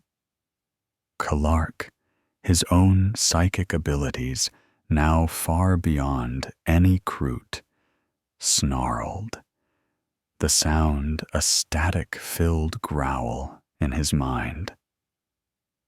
"What do you want, witch?" "Control," Zileas replied, her voice calm. "The warp is a tempest. You are drowning. I offer you a hand, not to save you, but to teach you how to surf the waves. You possess a unique adaptation, a biological gateway to the powers of chaos. Untamed, it will consume you, transforming you into mindless beasts. But with guidance, you could become something truly magnificent, a tool that no other could hope to wield." She spoke of the nature of Slaanesh, of the exquisite pleasure and potent power that could be drawn from acts of extreme sensation, both agony and ecstasy. She didn't offer redemption. She offered mastery over their damnation. She proposed a bargain. She would teach them to control their nascent warp abilities, to channel their soul hunger with precision, in exchange for specific acts of depraved violence and soul siphoning that would serve her own obscure agenda.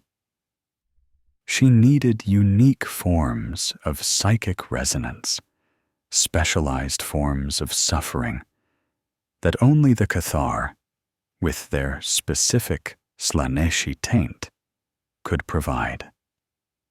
Kalark, reeling from the revelation of Slaanesh and the brutal feedback from Vigil's rest, saw this as his only chance.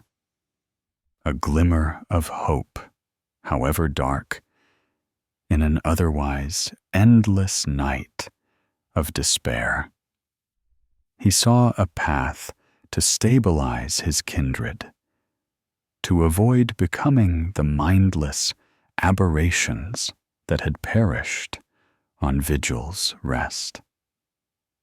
The price, the commission of further atrocities in the name of the Dark Prince, seemed a small one compared to the alternative of utter annihilation. Teach us, Kalark finally projected, his mental voice still raw with newfound power. Teach us to truly wield what we have become. Xyleia smiled, a thin, humorless curve of her lips. She began to impart her dark knowledge. She taught the Cathar to focus their psychic emanations, not just for crude blasts, but for targeted assaults on the minds of their foes, sowing terror, despair, or even overwhelming ecstasy that would leave enemies paralyzed by sensation. She showed them how to draw out the soul essence from their victims with greater efficiency, not through brute force, but through a refined, almost ritualistic act of psychic vampirism that prolonged the victim's suffering, thus increasing the potency of the extracted essence. Under Xyleia's tutelage, the Cathar became terrifyingly adept. Their attacks became more precise, their depravity more refined. They would stalk their prey, not just for the kill, but for the experience of the hunt.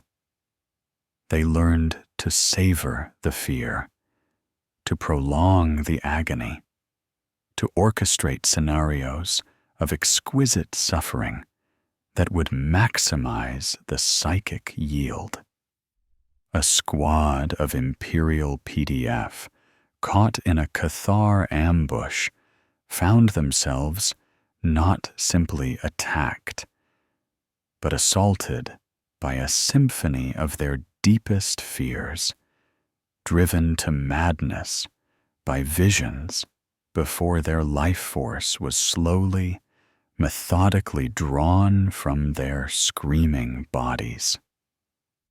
The Cathar, in turn, experienced a rush of perverse pleasure, a fleeting satiation that temporarily quieted the gnawing void within. Their mutations, too, became more distinct, less random. While still grotesque, they now seemed to coalesce into more functional forms, elongated, bone-bladed limbs for precise dismemberment, iridescent quills that could sting with paralytic toxins, eyes that could project waves of psychic terror. They were becoming living instruments of Slaaneshi excess. But this was no salvation. Xyleia's guidance was a treacherous manipulation, a gilded cage.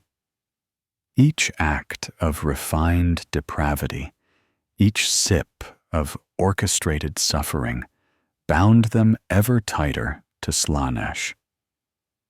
The control she offered was merely a leash, a way to make them more effective servants of chaos. The temporary satiation they gained from soul siphoning only intensified the underlying hunger, turning it into a deeper, more demanding craving. The path to power she offered was a one-way road to ultimate damnation, a slow, exquisite surrender to the Prince of Excess. Kalark, seeing his kindred become more effective, more terrifying, clung to the delusion of control. He believed they were truly mastering their new forms, bending the warp to their will. But Xylias watched them with the cold, calculating gaze of a scientist observing an experiment. She knew the truth. The Cathar were merely becoming better at being consumed, their unique biology making them perfect, unwitting conduits for Slaanesh's endless appetite. The glimmer of hope was a cruel illusion, reflecting only the gleam of the chains that were binding them irrevocably to their ultimate doom. The Cathar Shapers, having embraced the insidious guidance of Farseer Zileas, found themselves irrevocably ensnared in a new, unending conflict. Their days as pragmatic xeno-mercenaries were long over. They were no longer hired blades, but hunted predators, their unique demonic taint a beacon in the warp, drawing both the wrath of the Imperium and the avaricious gaze of other denizens of the Immaterium. Inquisitor Rodia Volkov's pursuit, far from relenting, intensified. The Hammer of Atonement became an omnipresent shadow, its specialized auspex arrays. Honed by Volkov's relentless research, now capable of tracking the Cathar's specific psychic signature across vast swaths of the void. The Inquisitor recognized the telltale signs of a more insidious corruption, the refined cruelty in their attacks, the targeted psychic assaults, the lingering echoes of prolonged suffering on their victim worlds. She knew a guiding hand, a sinister intelligence, was at work, pushing the Cathar deeper into the abyss of chaos. The Cathar, therefore, became nomadic. The Bone Eater, once a proud, albeit scarred vessel, was now a ghost ship, its hull riddled with makeshift repairs, its internal systems constantly strained by the chaotic energies of its passengers. The Demiurge crew, once stoic and reliable, were now gaunt and terrified, many having succumbed to the Cathar's insatiable hunger for essence, or simply driven mad by the incessant psychic static emanating from the KROOT. Those who remained clung to their posts with a desperate, fatalistic resignation, their eyes wide with fear every time a Cathar warrior passed by. They were constantly harried, small, opportunistic demon hosts, drawn to the psychic residue like flies to carrion, would often manifest in the systems they transited. Lesser demonettes, their lithe forms writhing, would attempt to board the bone eater, drawn by the delicious scent of burgeoning Slaaneshi corruption. Chaos cults, detecting the Cathar's unique aura, would sometimes attempt to make contact, offering their fealty in exchange for a taste of the raw, exquisite power that radiated from KROOT.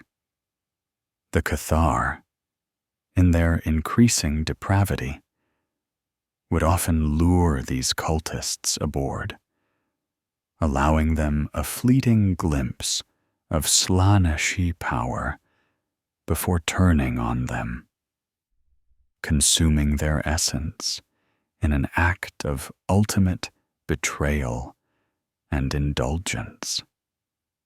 The cycle was relentless. Hunted, fight, consume, flee. Each battle, each feast only deepened their corruption, twisted their forms further, and amplified the screaming hunger within.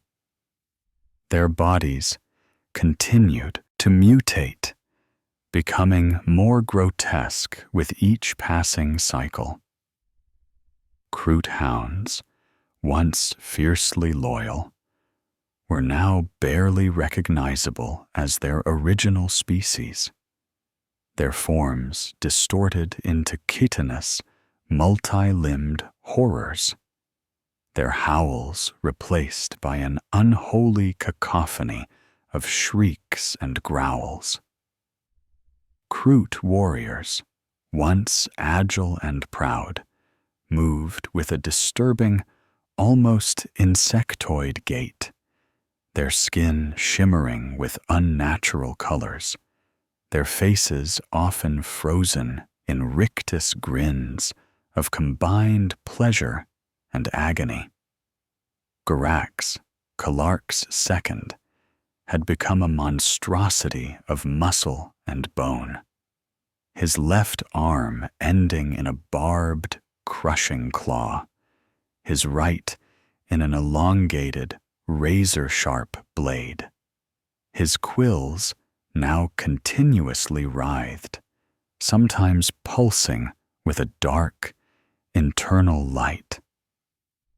He experienced moments of terrifying clarity, brief flashes of his former self, before the hunger and the whispers of Slaanesh consumed him again, turning him into a frenzied instrument of KROOT's will. KROOT himself was barely recognizable as a KROOT. His frame had distended, growing taller, more slender in places, yet bulkier in others, giving him a disturbing, asymmetrical elegance. His skin was a tapestry of iridescent scales and hardened chitin, shimmering with sickly hues. His head, once crowned with proud quills, was now wreathed in writhing, serpentine tendrils that occasionally lashed out, tasting the air. His eyes, now permanently glowing with a lurid purple, held a horrifying depth, a mix of ancient KROOT cunning and pure, unadulterated demonic malice. He no longer walked. He glided, his movements fluid and unsettling, as if his feet barely touched the ground. He wielded his psychic powers with greater control now, thanks to Xylius's manipulative guidance. He could project waves of pure despair or maddening ecstasy, driving foes to suicide or incapacitating them with overwhelming sensory overload. He could manipulate the minds of the demiurge crew with subtle psychic commands, turning them into little more than puppets. But this control was an illusion. Each use of his power, each act of depraved indulgence, merely strengthened the chains that bound him to Slaanesh, deepening the void of his soul. One particularly brutal engagement took place on the agri world of Viridia Prime, a verdant planet that the Cathar had chosen for its abundant population and rich psychic potential. The planet was defended by a single company of Imperial Guard and a small detachment of ecclesiarchy enforcers. The Cathar descended, no longer seeking mere food or genetic material, but a grand, orchestrated feast of suffering. They did not simply kill. They hunted. They tortured. They broke. They drew out the fear, the agony, the despair, the frantic prayers, savoring each nuance before draining the life force from their screaming victims. The fields of grain burned, not from conventional explosives, but from raw warp energy projected by Kalark and his most powerful mutants, incinerating entire villages in unholy fire. The aftermath in Viridia Prime was a testament to their complete fall. The planet was left a psychic ruin, its remaining inhabitants driven insane by the lingering echoes of orchestrated torment. The Cathar, temporarily sated, their forms glowing faintly with the absorbed essence, retreated to the Bone Eater, leaving behind a world irrevocably scarred, a screaming monument to their damnation. They were no longer pragmatic xeno-mercenaries. They were something else entirely. A burgeoning force of chaos, a self-propagating mutation, teetering on the brink of becoming true demon kin. Their long war was not against the Imperium or other Xenos, but against the inexorable tide of their own corruption. A war they were losing with every deliberate act of depravity. They fought now not for profit, but for survival, for essence, and to outrun the forces that sought their destruction, or worse, their complete, horrifying apotheosis as tools of the Dark Prince. The Bone Eater cut a lonely, tormented path through the stars, a ship carrying not KROOT, but a burgeoning nightmare, bound for an inevitable, terrible end. Kalark the Elder, once a formidable and cunning shaper, was now a fractured being, a grotesque monument to ambition, twisted by damnation.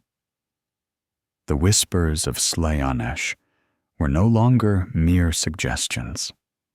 They were a constant, roaring symphony in his mind, vying with the remnants of his KROOT pragmatism. His physical form, once the peak of KROOT evolution, was now a masterpiece of mutation, each grotesque change a testament to the Prince of Excess's touch. His skin had become smooth and taut in some places, iridescent and scaly in others, like polished obsidian and flaking jade. His quills had fused into a single serpentine crest that snaked over his scalp, twitching with a life of its own. His eyes, now large, compound, and multifaceted, pulsed with a lurid, shifting spectrum of purple and green, granting him a sensory input that was both exquisite and agonizing. He clung desperately to his role as shaper, the concept of leadership being the last anchor to his former identity. He still issued commands, still strategized, but his directives were now driven by the dictates of Slaaneshi craving rather than KROOT logic. His grand vision had not vanished. It had merely been horribly perverted.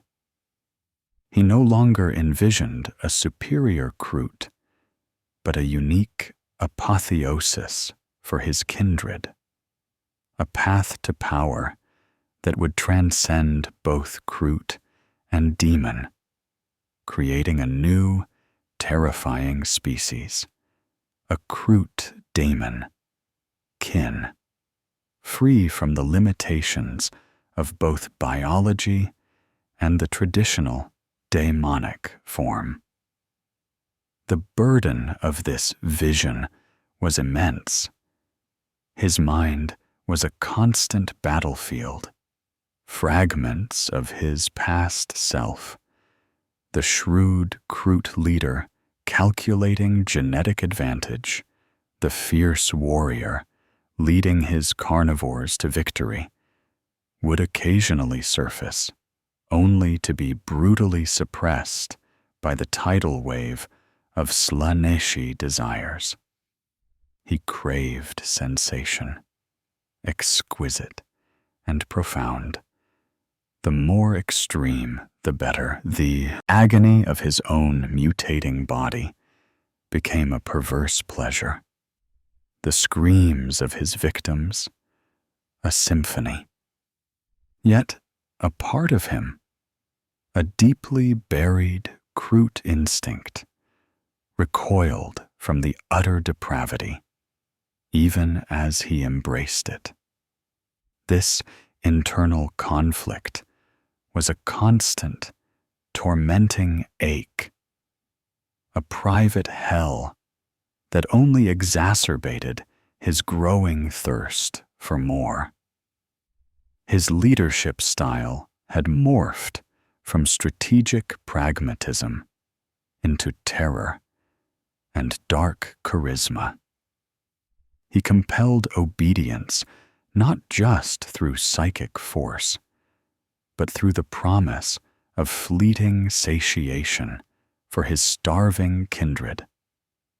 He offered the thrill of the hunt, the exquisite experience of engineered suffering, the momentary high of soul consumption, and in doing so, deepened the corruption of every KROOT under his command.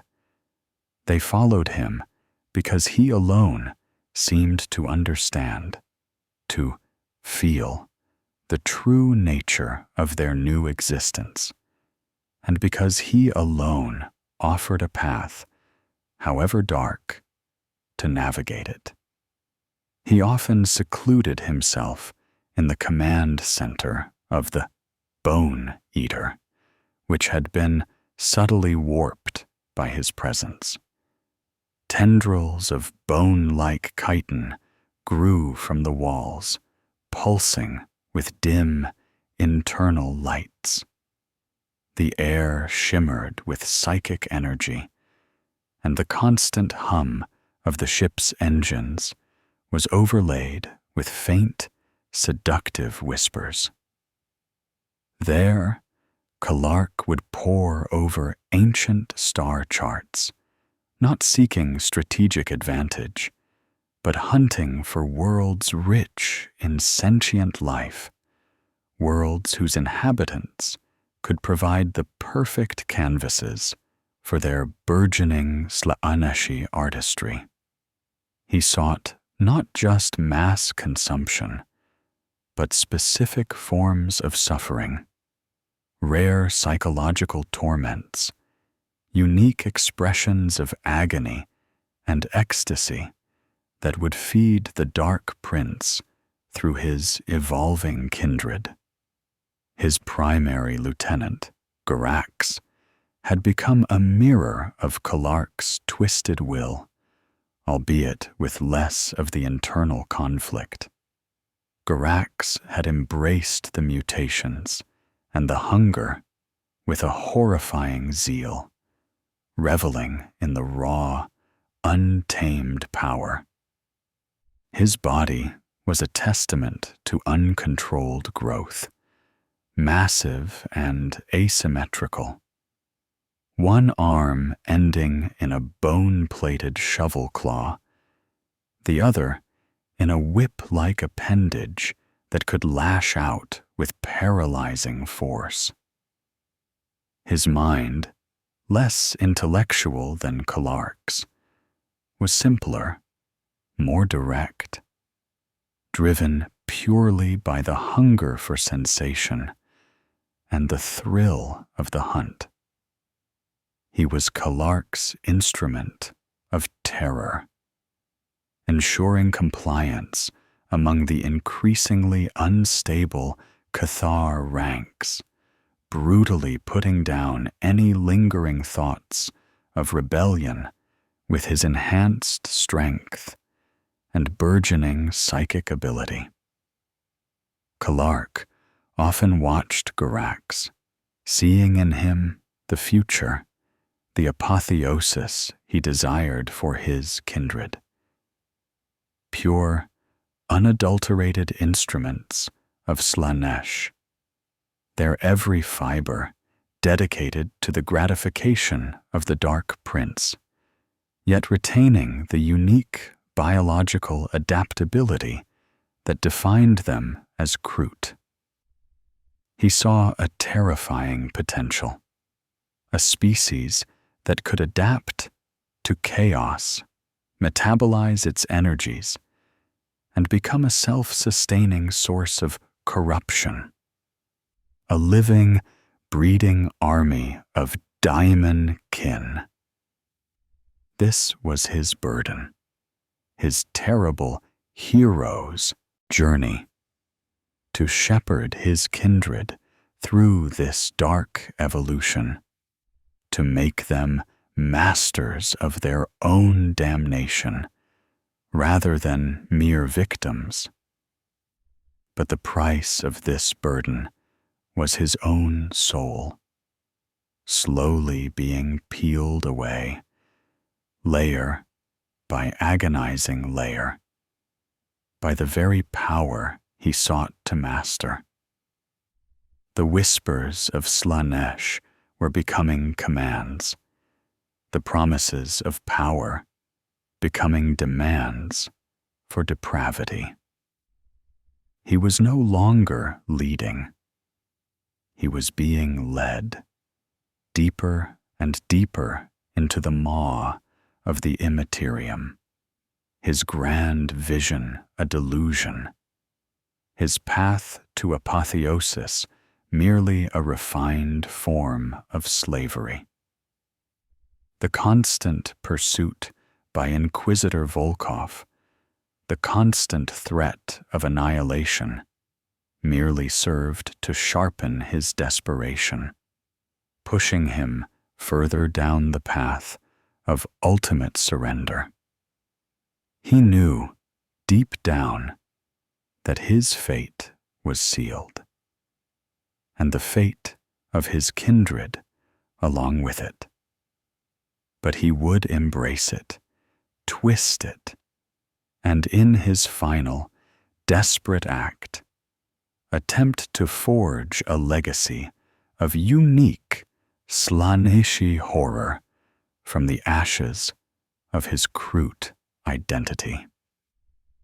The Hammer of Atonement had been an unyielding shadow across the void, a grim sentinel of imperial wrath. For months, Inquisitor Rodia Volkov had relentlessly pursued the Cathar, her Auspex arrays burning, her intelligence network stretched thin across multiple sectors. She had seen the psychic scars they left on worlds, the grotesque mutations of their bodies, and felt the chilling malice emanating from their leader, KROOT. She knew their unique corruption was accelerating, that they were becoming an even broader threat. The Cathar, driven by the ceaseless hunger and pursued by the Inquisitor, eventually found themselves cornered in a desolate, forgotten sector of space, a region aptly named the Stillness of the Void. It was a vast, empty expanse dominated by a colossal, dying void station, a derelict megastructure of unknown origin, its gargantuan, skeletal frame a testament to some forgotten ancient civilization. The station had long been abandoned, its systems failing, its atmosphere bled away, a tomb drifting silently through the cosmic dust. It was here, amidst the decaying glory of the void station, that Volkov finally cornered them. Her forces were lean, her resources strained from the prolonged chase. She had only her elite stormtrooper cadre, a handful of battle-hardened Imperial agents, and a contingent of the notoriously unstable demon hosts, individuals whose bodies were willingly, or unwillingly, merged with bound demons, wielded as living weapons by the Ordo Malleus. Her flagship, the Hammer of Atonement, hung silent and menacing outside the station, its formidable weaponry primed. The Cathar, starved of essence and pushed to their limits by the relentless pursuit, were equally desperate. Their numbers had dwindled from the stresses of constant flight, internal strife, and the uncontrolled feedback of their own powers. Those who remained were the most mutated, the most fiercely dedicated to KROOT's corrupted vision. Their forms barely as recognizable as KROOT. They were starving, their bodies racked by the incessant hunger, their minds a cacophony of Slaaneshi whispers and the agonizing demands for sensation. KROOT knew this was the end, or the beginning of his true apotheosis. He had anticipated this confrontation, sensing Volkov's inexorable approach through the warped fabric of reality. He gathered his remaining kindred in the primary docking bay, a cavernous space where the Bone Eater now hung tethered, its internal lights flickering erratically. He gazed upon his distorted followers, his multifaceted eyes gleaming with a mixture of desperate pride and absolute malice. "They come to purge us." Kalark's voice, now a resonant, multi-layered growl that pulsed with raw warp energy, echoed through the cavernous bay, amplified by his burgeoning psychic might. "They fear what we have become. They fear our evolution. We will show them the true glory of Slaanesh. We will consume their very souls and achieve our rightful place as the Prince's chosen."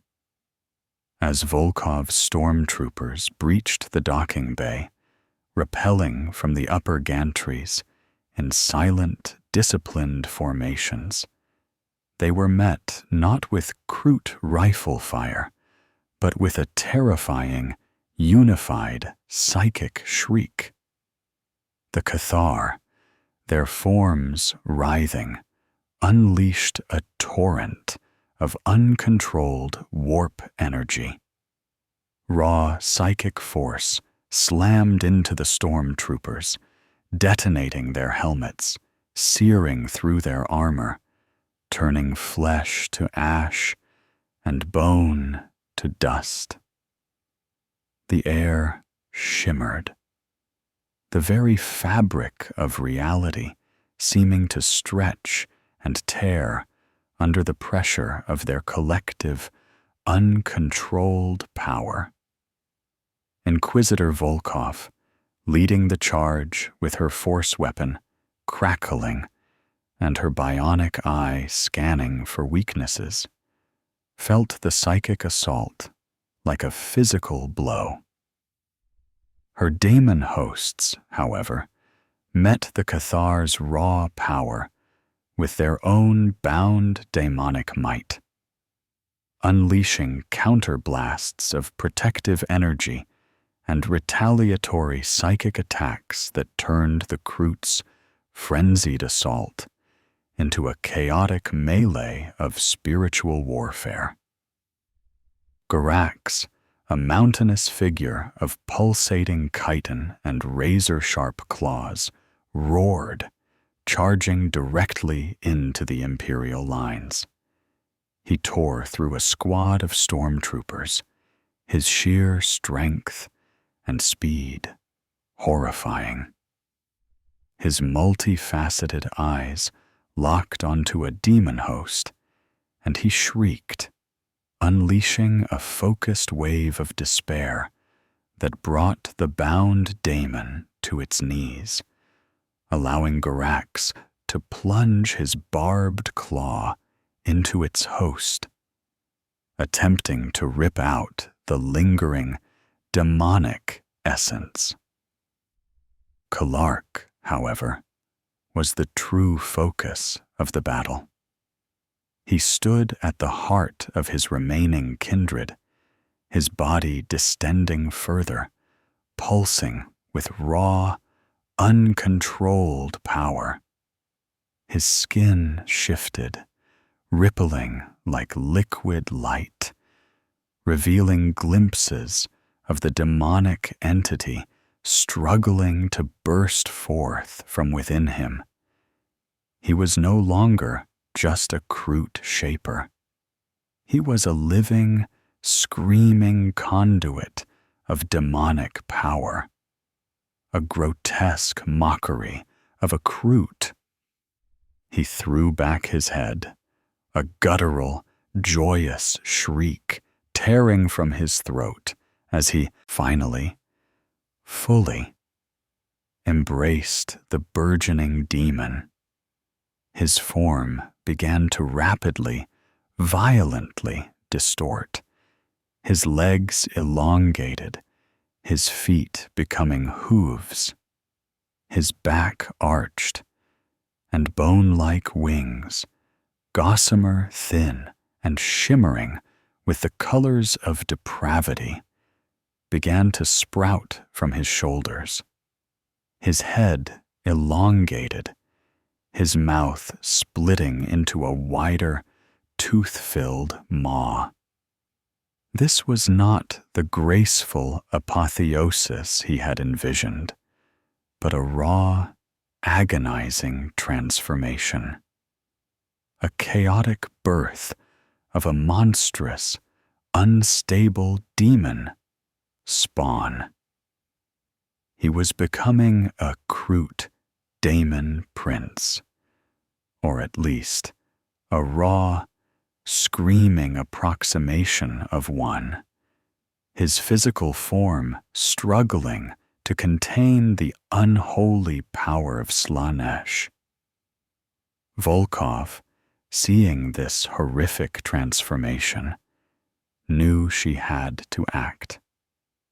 This was the ultimate horror, a new, evolving demon form born of Xenos biology.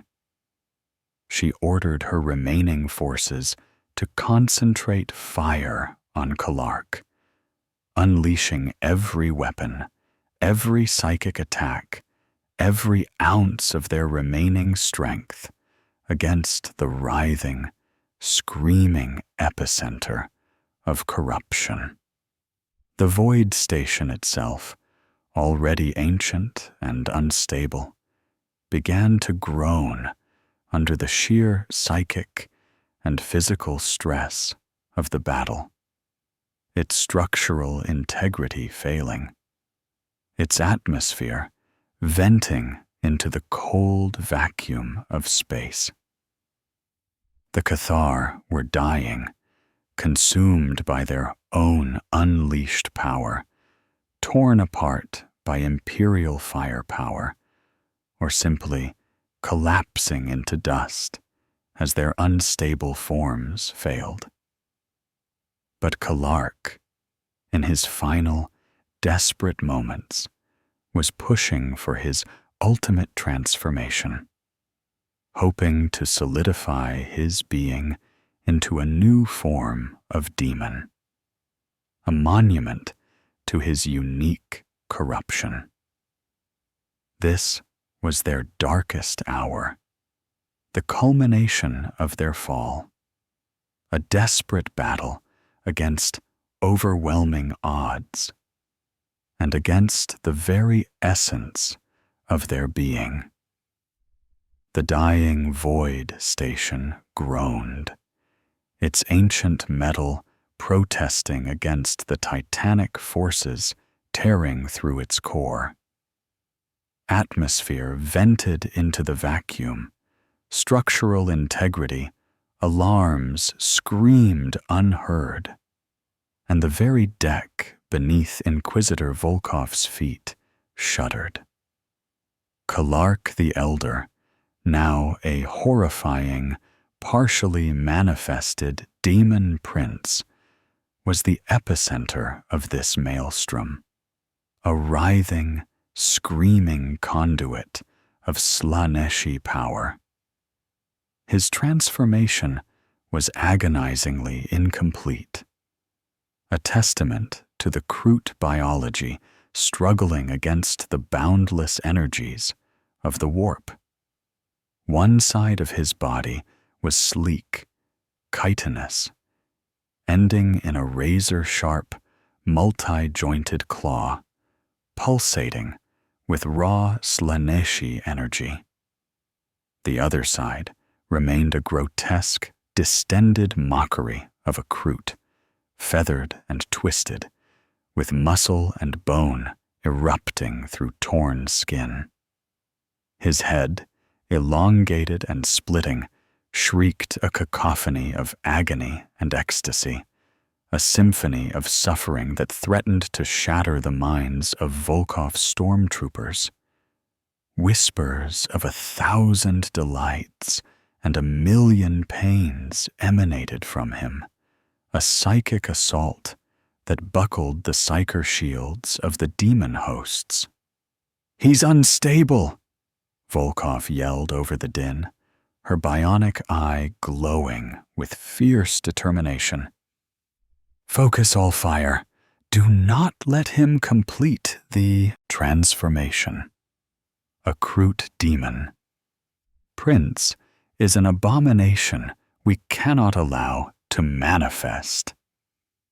Her stormtroopers, their ranks decimated, but their resolve unbroken, unleashed a torrent of lasgun fire, hot-shot volleys tearing into Kalark's writhing form.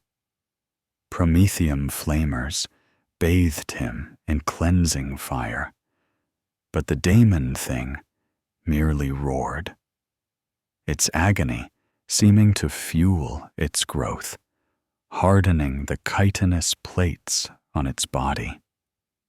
The daemon hosts, their bound entities struggling against the proximity of such raw, untamed Slaaneshi power, projected waves of counter-psychic force, attempting to disrupt Kalark's burgeoning apotheosis.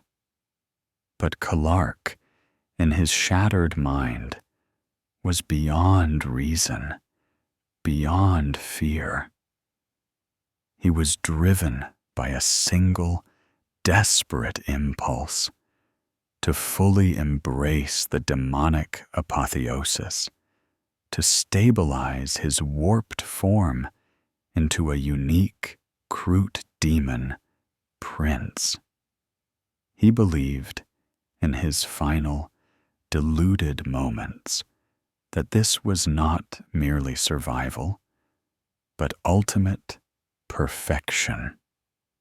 He envisioned himself as the first of a new lineage, a unique creation of Slaanesh, fusing the adaptability of the KROOT with the limitless power of the warp.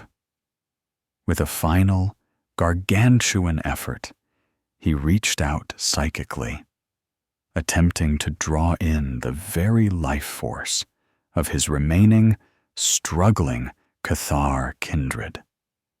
They, too, were at their breaking point, their bodies consumed by uncontrolled mutations, their minds fractured.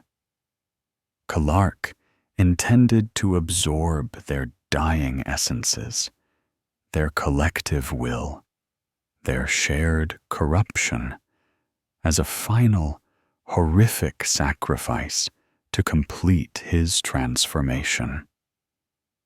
This was not an act of protection or KROOT preservation. It was an act of ultimate, desperate, self-serving surrender to Slaanesh, a final, depraved indulgence. Garax, Kalark's devoted lieutenant, saw his shaper's final, desperate act. His own body, a twisted mass of muscle and chitin, was beginning to fail, his life force draining. But in that moment, a flicker of his former KROOT self, a memory of pragmatic loyalty, surged through his fractured mind. He understood Kalark's intent, not to save them, but to consume them, to use their dying energies as fuel for his own monstrous ambition. A guttural, pained growl tore from Jygarax's throat. This is not the KROOT way. With a last, desperate surge of his own Slaanesh-fueled power, Garax, ignoring the stormtrooper fire tearing into him, threw himself at Kalark. He was not attacking to kill, but to disrupt. His massive, barbed claw slammed into Kalark's writhing, half-formed demon flesh, not seeking to wound, but to shunt, to destabilize the already precarious process.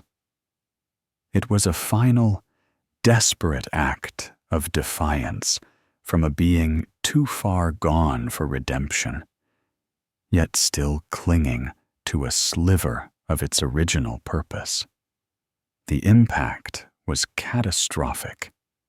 Kalark's psychic focus shattered, his attempt to draw in his kindred's essences violently interrupted. The colossal influx of raw, uncontrolled warp energy, combined with Garax's desperate, physical intervention, ripped through Kalark's unstable form. His screams intensified, becoming a piercing, disharmonious shriek that seemed to tear at the very fabric of space. The Void Station couldn't withstand it. The raw, unleashed power of a half-formed demon prince battling against the combined might of Imperial forces and the desperate, self-destructive defiance of its own lieutenant was too much. With a final, ear-splitting shriek of tortured metal and warp energy, the section of the Void Station containing Kalark and the remaining Cathar simply imploded. It didn't explode in fire. It collapsed inwards, matter twisting and collapsing into an impossible singularity, consumed by a localized, screaming warp rift. The rift was a swirling vortex of impossible colors and disembodied wails, a miniature gateway to the very heart of the Imperium. Kalark, Garax, and every remaining Cathar shaper were annihilated in that instant. Their bodies, their essences, their very souls ripped apart and scattered into the endless void of chaos. Inquisitor Volkov and her few surviving operatives, battered and exhausted, barely made it out of the rapidly collapsing Void Station. They threw themselves aboard their awaiting Thunderhawk gunships just moments before the entire structure was consumed, vanishing into the screaming maw of the localized warp rift. The rift itself, unstable and born of chaotic energies, pulsed for a few terrifying moments, a swirling eye of unreality, before slowly, agonizingly, collapsing back into itself, leaving behind only an empty void and a chilling, lingering psychic impression of profound loss and grotesque corruption. The Cathar shapers were gone, utterly annihilated. Their final, desperate act of apotheosis had become their ultimate, self-destructive doom. Their attempt to master chaos had resulted only in their complete consumption, their identities obliterated, their existence erased in a blinding flash of warp fire and raw, agonizing energy. The sacrifice was not one of salvation, but of absolute, final damnation. Inquisitor Rhodia Volkov stood on the bridge of the Hammer of Atonement, her bionic eye sweeping across the empty void where the ancient void station had once been. A faint, almost imperceptible warp scar pulsed briefly, a phantom echo of the cataclysm, before fading into nothingness. The last of the Cathar Shapers, their grotesque leader KROOT, and every trace of their unique, demon-tainted kindred were gone, annihilated. Her body ached, a deep, bone-weary fatigue that settled into her very marrow. Her bionic arm throbbed, having absorbed a direct psychic attack during the collapse. But it was the weariness of her soul, the burden of witnessing such a profound, self-inflicted damnation that truly weighed her down.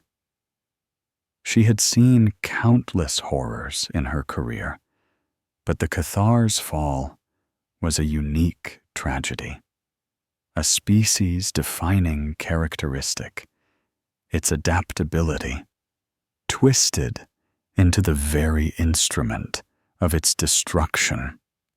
"Damage report service," Volkov commanded, her voice hoarse but steady. Interrogator Service, his face pale and drawn, limped towards her. The hammer sustained minor structural damage from the warp rift's discharge, Inquisitor. Shields held, casualties significant. 2 squads of stormtroopers lost in the void station's collapse. 3 demon hosts destabilized. 2 are unsalvageable, their entities returned to the Imperium. The 3rd is barely clinging to its vessel. Most of the void station crew survived, confined to sickbay. He paused, then added, "A high price, Inquisitor, for a pack of Xenos." Volkov turned, her gaze fixing on Service, cold and unwavering. "A necessary price, Interrogator. A new vector of demonic corruption has been eradicated. We witnessed a biological pathway to chaos apotheosis, a self-propagating mutation that could have spread throughout the galaxy, unnoticed until it was too late. Had KROOT completed his transformation, had he consolidated his demon kin, we would have faced a unique and unprecedented threat to the Imperium. A threat that could have learned and adapted, grown and bred, spreading the taint of Slaanesh through genetic consumption. She walked to a panoramic viewport, gazing out at the star-dusted void. The Cathar were not merely Xenos. They were a warning, a grim testament to the warp's insidious corruption, how it preys on even the most pragmatic, the most adaptable of species. They sought to consume the daemon. In the end, they were utterly consumed. The surviving Cathar, or rather, what remained of their collective essence, had been scattered. Some of their bodies, irrevocably twisted by uncontrolled warp energies, had simply dissolved into ash, their individual identities annihilated, their genetic material utterly lost. Others, caught in the implosion of the void station, were ripped apart, their forms and souls torn to shreds and dispersed into the swirling chaos of the localized warp rift. Whether any fragment of their collective consciousness, any lingering spark of their unique Slaneshi corruption lingered within the Imperium, was a question for the Ordo Malleus's most esoteric seers. But for all practical purposes, the Cathar kindred was no more. Their core identity, their purpose, their lineage had been utterly annihilated. Volkov spent the next days in her sanctum, meticulously compiling her reports. Every detail, every observation of the Cathar's mutations, their psychic abilities, their horrifying hunger, was documented. She included the fragmented data slates recovered from the space hulk, outlining the Slaneshi ritual on Vorlag's blight and the genesis of the Cathar's corruption. She described Farseer Xylius's manipulative influence, emphasizing the treachery of the Xenos witch. Her final report, delivered to the High Lords of Terra and the greater Ordo Malleus, was chilling in its implications. It served as a stark warning. The galaxy faced not only the direct incursions of demons and the widespread worship of chaos, but also the insidious risk of species unknowingly becoming biological conduits for warp entities, twisting their very forms into demon-kin through adaptation and consumption. The Cathar, she concluded, represented a new frontier of mutation and biological weaponization by chaos, a subtle, evolutionary form of corruption that bypassed direct possession or cult worship. The hammer of atonement moved silently through the void, heading towards its next assignment. The crew, though shaken, were already performing repairs, their routine a desperate anchor in a universe of endless horror. Volkov, too, began to prepare. The galaxy was vast, and the threats of chaos were infinite. The Cathar Shapers were but one grim entry in a catalogue of horrors, a unique tragedy in a cosmos overflowing with them. But she carried the weight of their fate, a stark reminder of the ever-present danger, the seductive power of the warp, and the terrible price of ambition unchecked.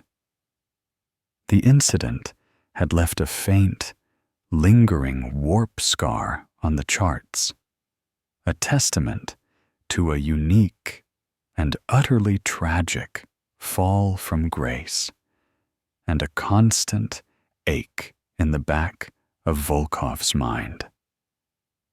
The Cathar Shapers were no more, their physical forms and collective consciousness obliterated in the screaming maw of a self-made warp rift. Yet, in the grim tapestry of the Warhammer 40,000 universe, oblivion rarely means true erasure. Their legacy, though ephemeral and shrouded in cosmic horror, continued to resonate, a whispered curse and a chilling cautionary tale across the segmented galaxy. Among the scattered KROOT kindreds, the story of the Cathar became a profound and terrifying legend. It was told around flickering campfires on alien worlds, hissed in hushed tones aboard ramshackle demiurge ships, and passed down through the Shaper councils as a grim warning. The Cathar, the Soul Eaters, represented the ultimate transgression, the forbidden consumption that led not to adaptation, but to damnation. Their fate served to reinforce the most ancient and sacred KROOT traditions, the strict, if complex, dietary prohibitions against demonic entities and certain warp-tainted xenos. To consume such horrors, the legend warned, was to lose one's KROOT self, to become an abomination, a slave to the very essence one sought to master. The fear of becoming Cathar-like became a primal, ingrained horror, driving many KROOT to greater vigilance against warp taint and reinforcing their pragmatic, albeit brutal, mercenary code. Their legacy among their own species was one of infamy, a specter of what happens when the hunger for evolution overrides all caution. For the Imperium of man, the Cathar Shapers became another grim entry in the vast, ever-expanding archives of Xenos threats and warp corruption. Inquisitor Rodia Volkov's meticulously compiled reports were disseminated throughout the Ordo Malleus, and in redacted form, two segments of the Inquisition and certain high-ranking Imperial Guard and Navy officers. They were categorized as an Omega-level Xenos demonic threat, a unique biological vector for chaos, demonstrating the dark power's insidious ability to pervert even the fundamental laws of life. The incident solidified the conviction that all Xenos were inherently dangerous, all capable of succumbing to the warp in unexpected and terrifying ways.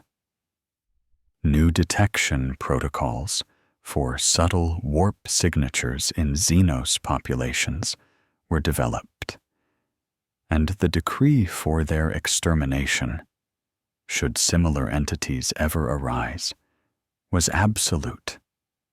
Their legacy, for humanity, was a chilling reminder that the temptations of chaos knew no biological bounds, and that vigilance against mutation and corruption was an eternal, unforgiving duty.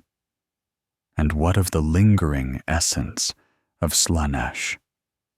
The Prince of Excess, ever hungry, felt the fleeting surge of power from Kalark's desperate, failed apotheosis. It was but a momentary thrill, a single, exquisite note in the symphony of suffering and indulgence that was its existence.